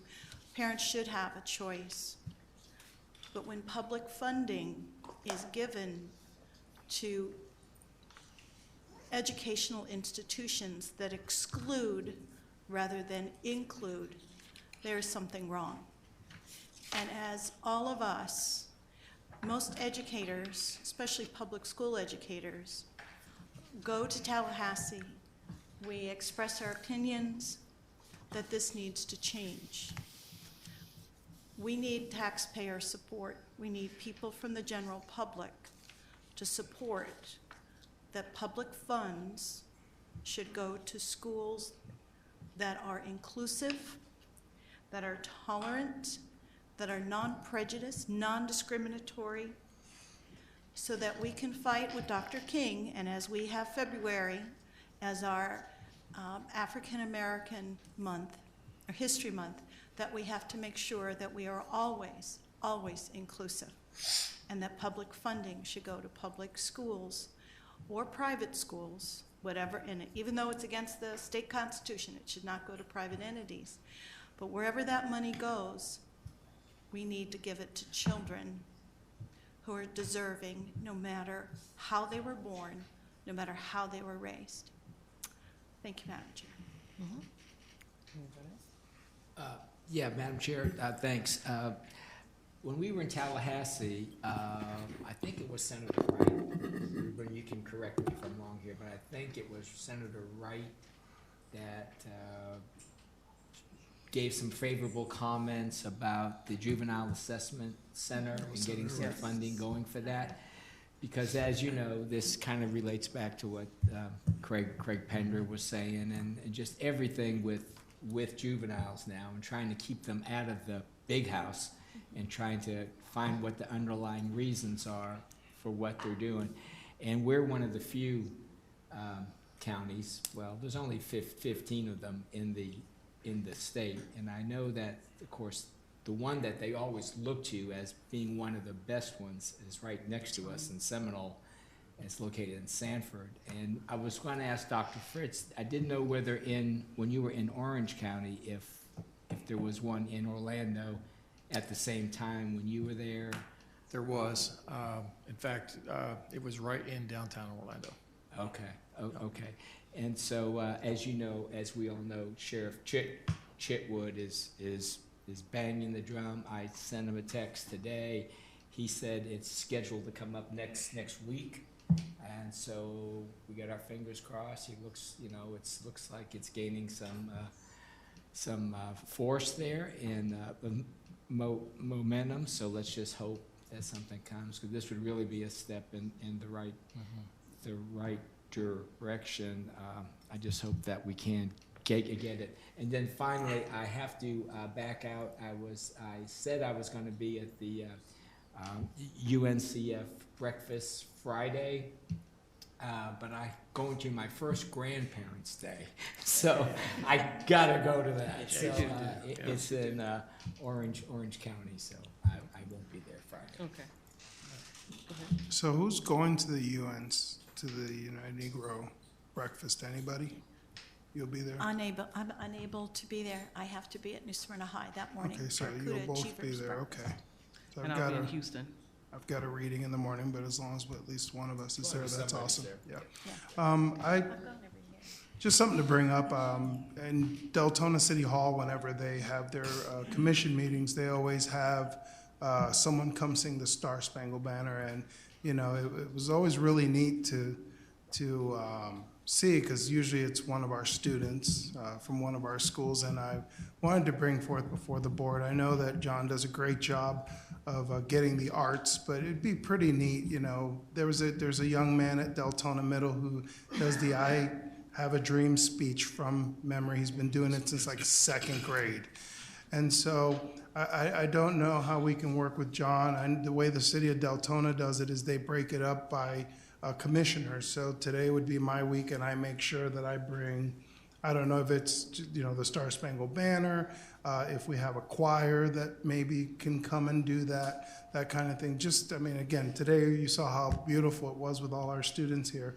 And I think that would bring life too. So, like I said, I don't know how we would work it out, if we'd work it out with John and he'd arrange it, if we would individually, you know, ask our school to come or whatever the case may be. But I'd really like to see that, because that really does liven it up a little bit, so we can see the arts. History doing it. Okay. Is that a desire? Yeah, I mean, do any of you object? No, I would rather it go through John. I agree. So, Yeah. I don't want to be calling principals and asking them, we because can then set you it get up. into, you know, can a parent get the child here? You got to be here when the meeting starts. You got to take, you know, there's a little things need to be worked out. So let John figure that out. Right, so I'm saying, but do you object? John isn't here to defend himself. So he's good. But And I like the idea totally, Right. and I like the idea of kind of like spreading it around. Sure. You know, Okay, so no one objects, so yes, districts 5 and 1 cannot be anytime soon, since they had the spotlight tonight, so it will be District 2 first. Wait a second. I'm just That's teasing. fair, that's fair. I'm just teasing. Yes, we can start in numerical order, so it start in District 1. You got it. And so I would like to see if we could invite that young man, because it is, I mean, fitting for the month. Of course, it's good any month, but he wasn't able to make it to the Deltona MLK breakfast because his grandmother passed away. And so they did a video, but it is amazing, because he does it by memory, so. Yep. Okay, we'll start with him. We'll start with Ruben. We'll call Mike Williams. He'll get him here. We can start in numerical order, and then we can actually have that young man come the same day. We're gonna be a peacemaker here. That's fine. That's not, no, I'm just teasing. Yes, go right ahead, Jamie. Okay, so since we're asking who's going to things, for Wednesday evening, I have 2 things on the calendar. And I can't, of course, be at both of them, so I already spoke with one group to explain how I accepted the other one. But who's going to take stock in children's? I am. Okay, that's the one I was going to. Who's going to Food Brings Hope? I will. So, What day is that? What's food? that It's is Wednesday. Wednesday evening. We've got, They're both. And I'm gonna be at both. I'm gonna start with take stock. well, that's what I thought. Yeah, and Speak so for me. that is possible. Okay. Yes. That is possible, because the game isn't until 7, so they're having, food in the back like they normally have for the Teacher of the Year thing, but then they move, so it is possible to do the. Okay, then 2 other items. I want to thank John, because it's so nice that he sends us calendar invites now Yes. for the things, so we can say yes or tentative or whatever and see what's on the thing. But the other piece is, the governor made an announcement about the standards. And we have at least one teacher in Volusia County that participated in assisting with the writing of the new standards. And I thought it may be nice if we asked her to come, and I don't know if we can ask her to come to a board meeting, like to speak. Workshop. Or a workshop to speak about it. But I think that's an honor that in Volusia County, we have at least one teacher that has spent the past 8 to 9 months working on writing the standards. And I got to have dinner with her the other night because she was in Tallahassee. And she was so excited, and she shared a lot of the work that they've done and how it's been vetted and things like that. And I'm excited about it. Okay. Can I add, Thursday night is the all-county band performance at Peabody. It's at 7 at Peabody. And then Friday night is the all-county elementary performance at DeLand High School. And then, of course, it goes on the following week and dance and all-county orchestra. So those are always exciting. That is. So with that being said, so I was planning on going to the elementary one on Friday, because I've got something at Discovery on Thursday. Yes, I'm going to both. You're going to both? Yes. Well, I have grandchildren involved. Beautiful. Yes, definitely. I go every And she year. knows that I'm traveling. I'll be in Houston Wednesday, Thursday, and Friday, so. Beautiful. Okay. I have two things. Carnegie Hall, we have a group from Campbell that will be traveling to Carnegie Hall at the same time. So I'm looking forward to that. They're supposed to get me some information, but Mrs. Portier has a group of her vocal students that will be traveling at the same time with Seabreeze. I'm not sure when they perform, but they're performing maybe with a group of students from around the country. Around the country? Yeah. Do you know how many are going? I'm not certain, but I'll verify because I had a couple of them reach out to me. Well, tell her to text me too. I will do that. She has my phone number. Okay, we'll do that. And last but not least, in February, during our meeting, we're supposed to come up with the goals for the superintendent for the rest of this academic year. As you think about that, can I have you send some of your ideas to Ted by next Thursday? By the 6th? By the 6th.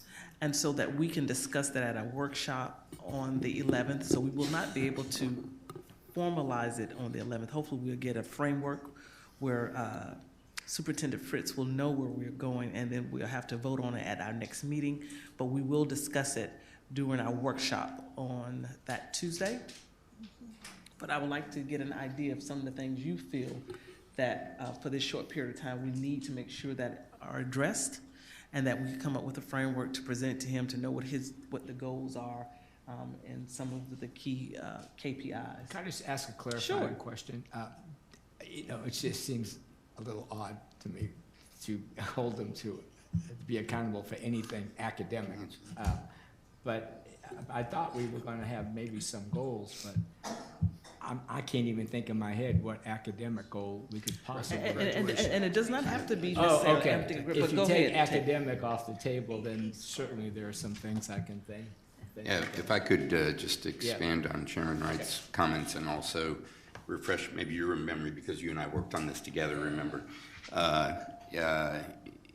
In the superintendent's contract, there is a provision with regard to evaluation, and it has the date, February 11th, specifically stated in it as, the time when we being the board, with input from the superintendent, but the board would create some goals moving forward.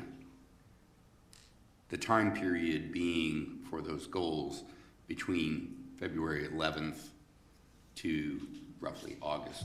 I think it may even have the date 19th or something like that. So the discussion centered around the very point that former chairman, that School Board Member Persis mentions, which is the superintendent, needless to say, cannot really be responsible for anything that's very specific, like graduation rates, those kind of things. He wasn't here, didn't have.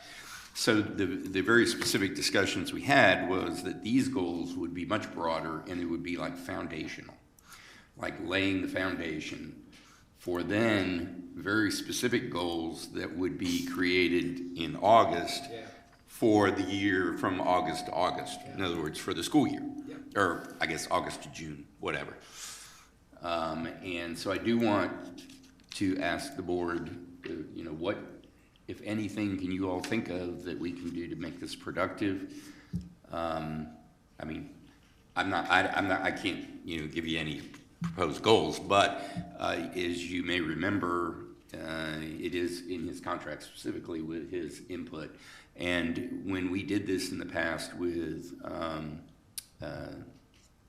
the prior superintendent, he brought forward, using staff, some ideas, in the various departments, chief academic officer, give us some thoughts or whatever. They end up his, but he reaches out, and he at least reached out, and Tom Russell did and said, hey, give me some ideas, and then he put them together, and then he brought them.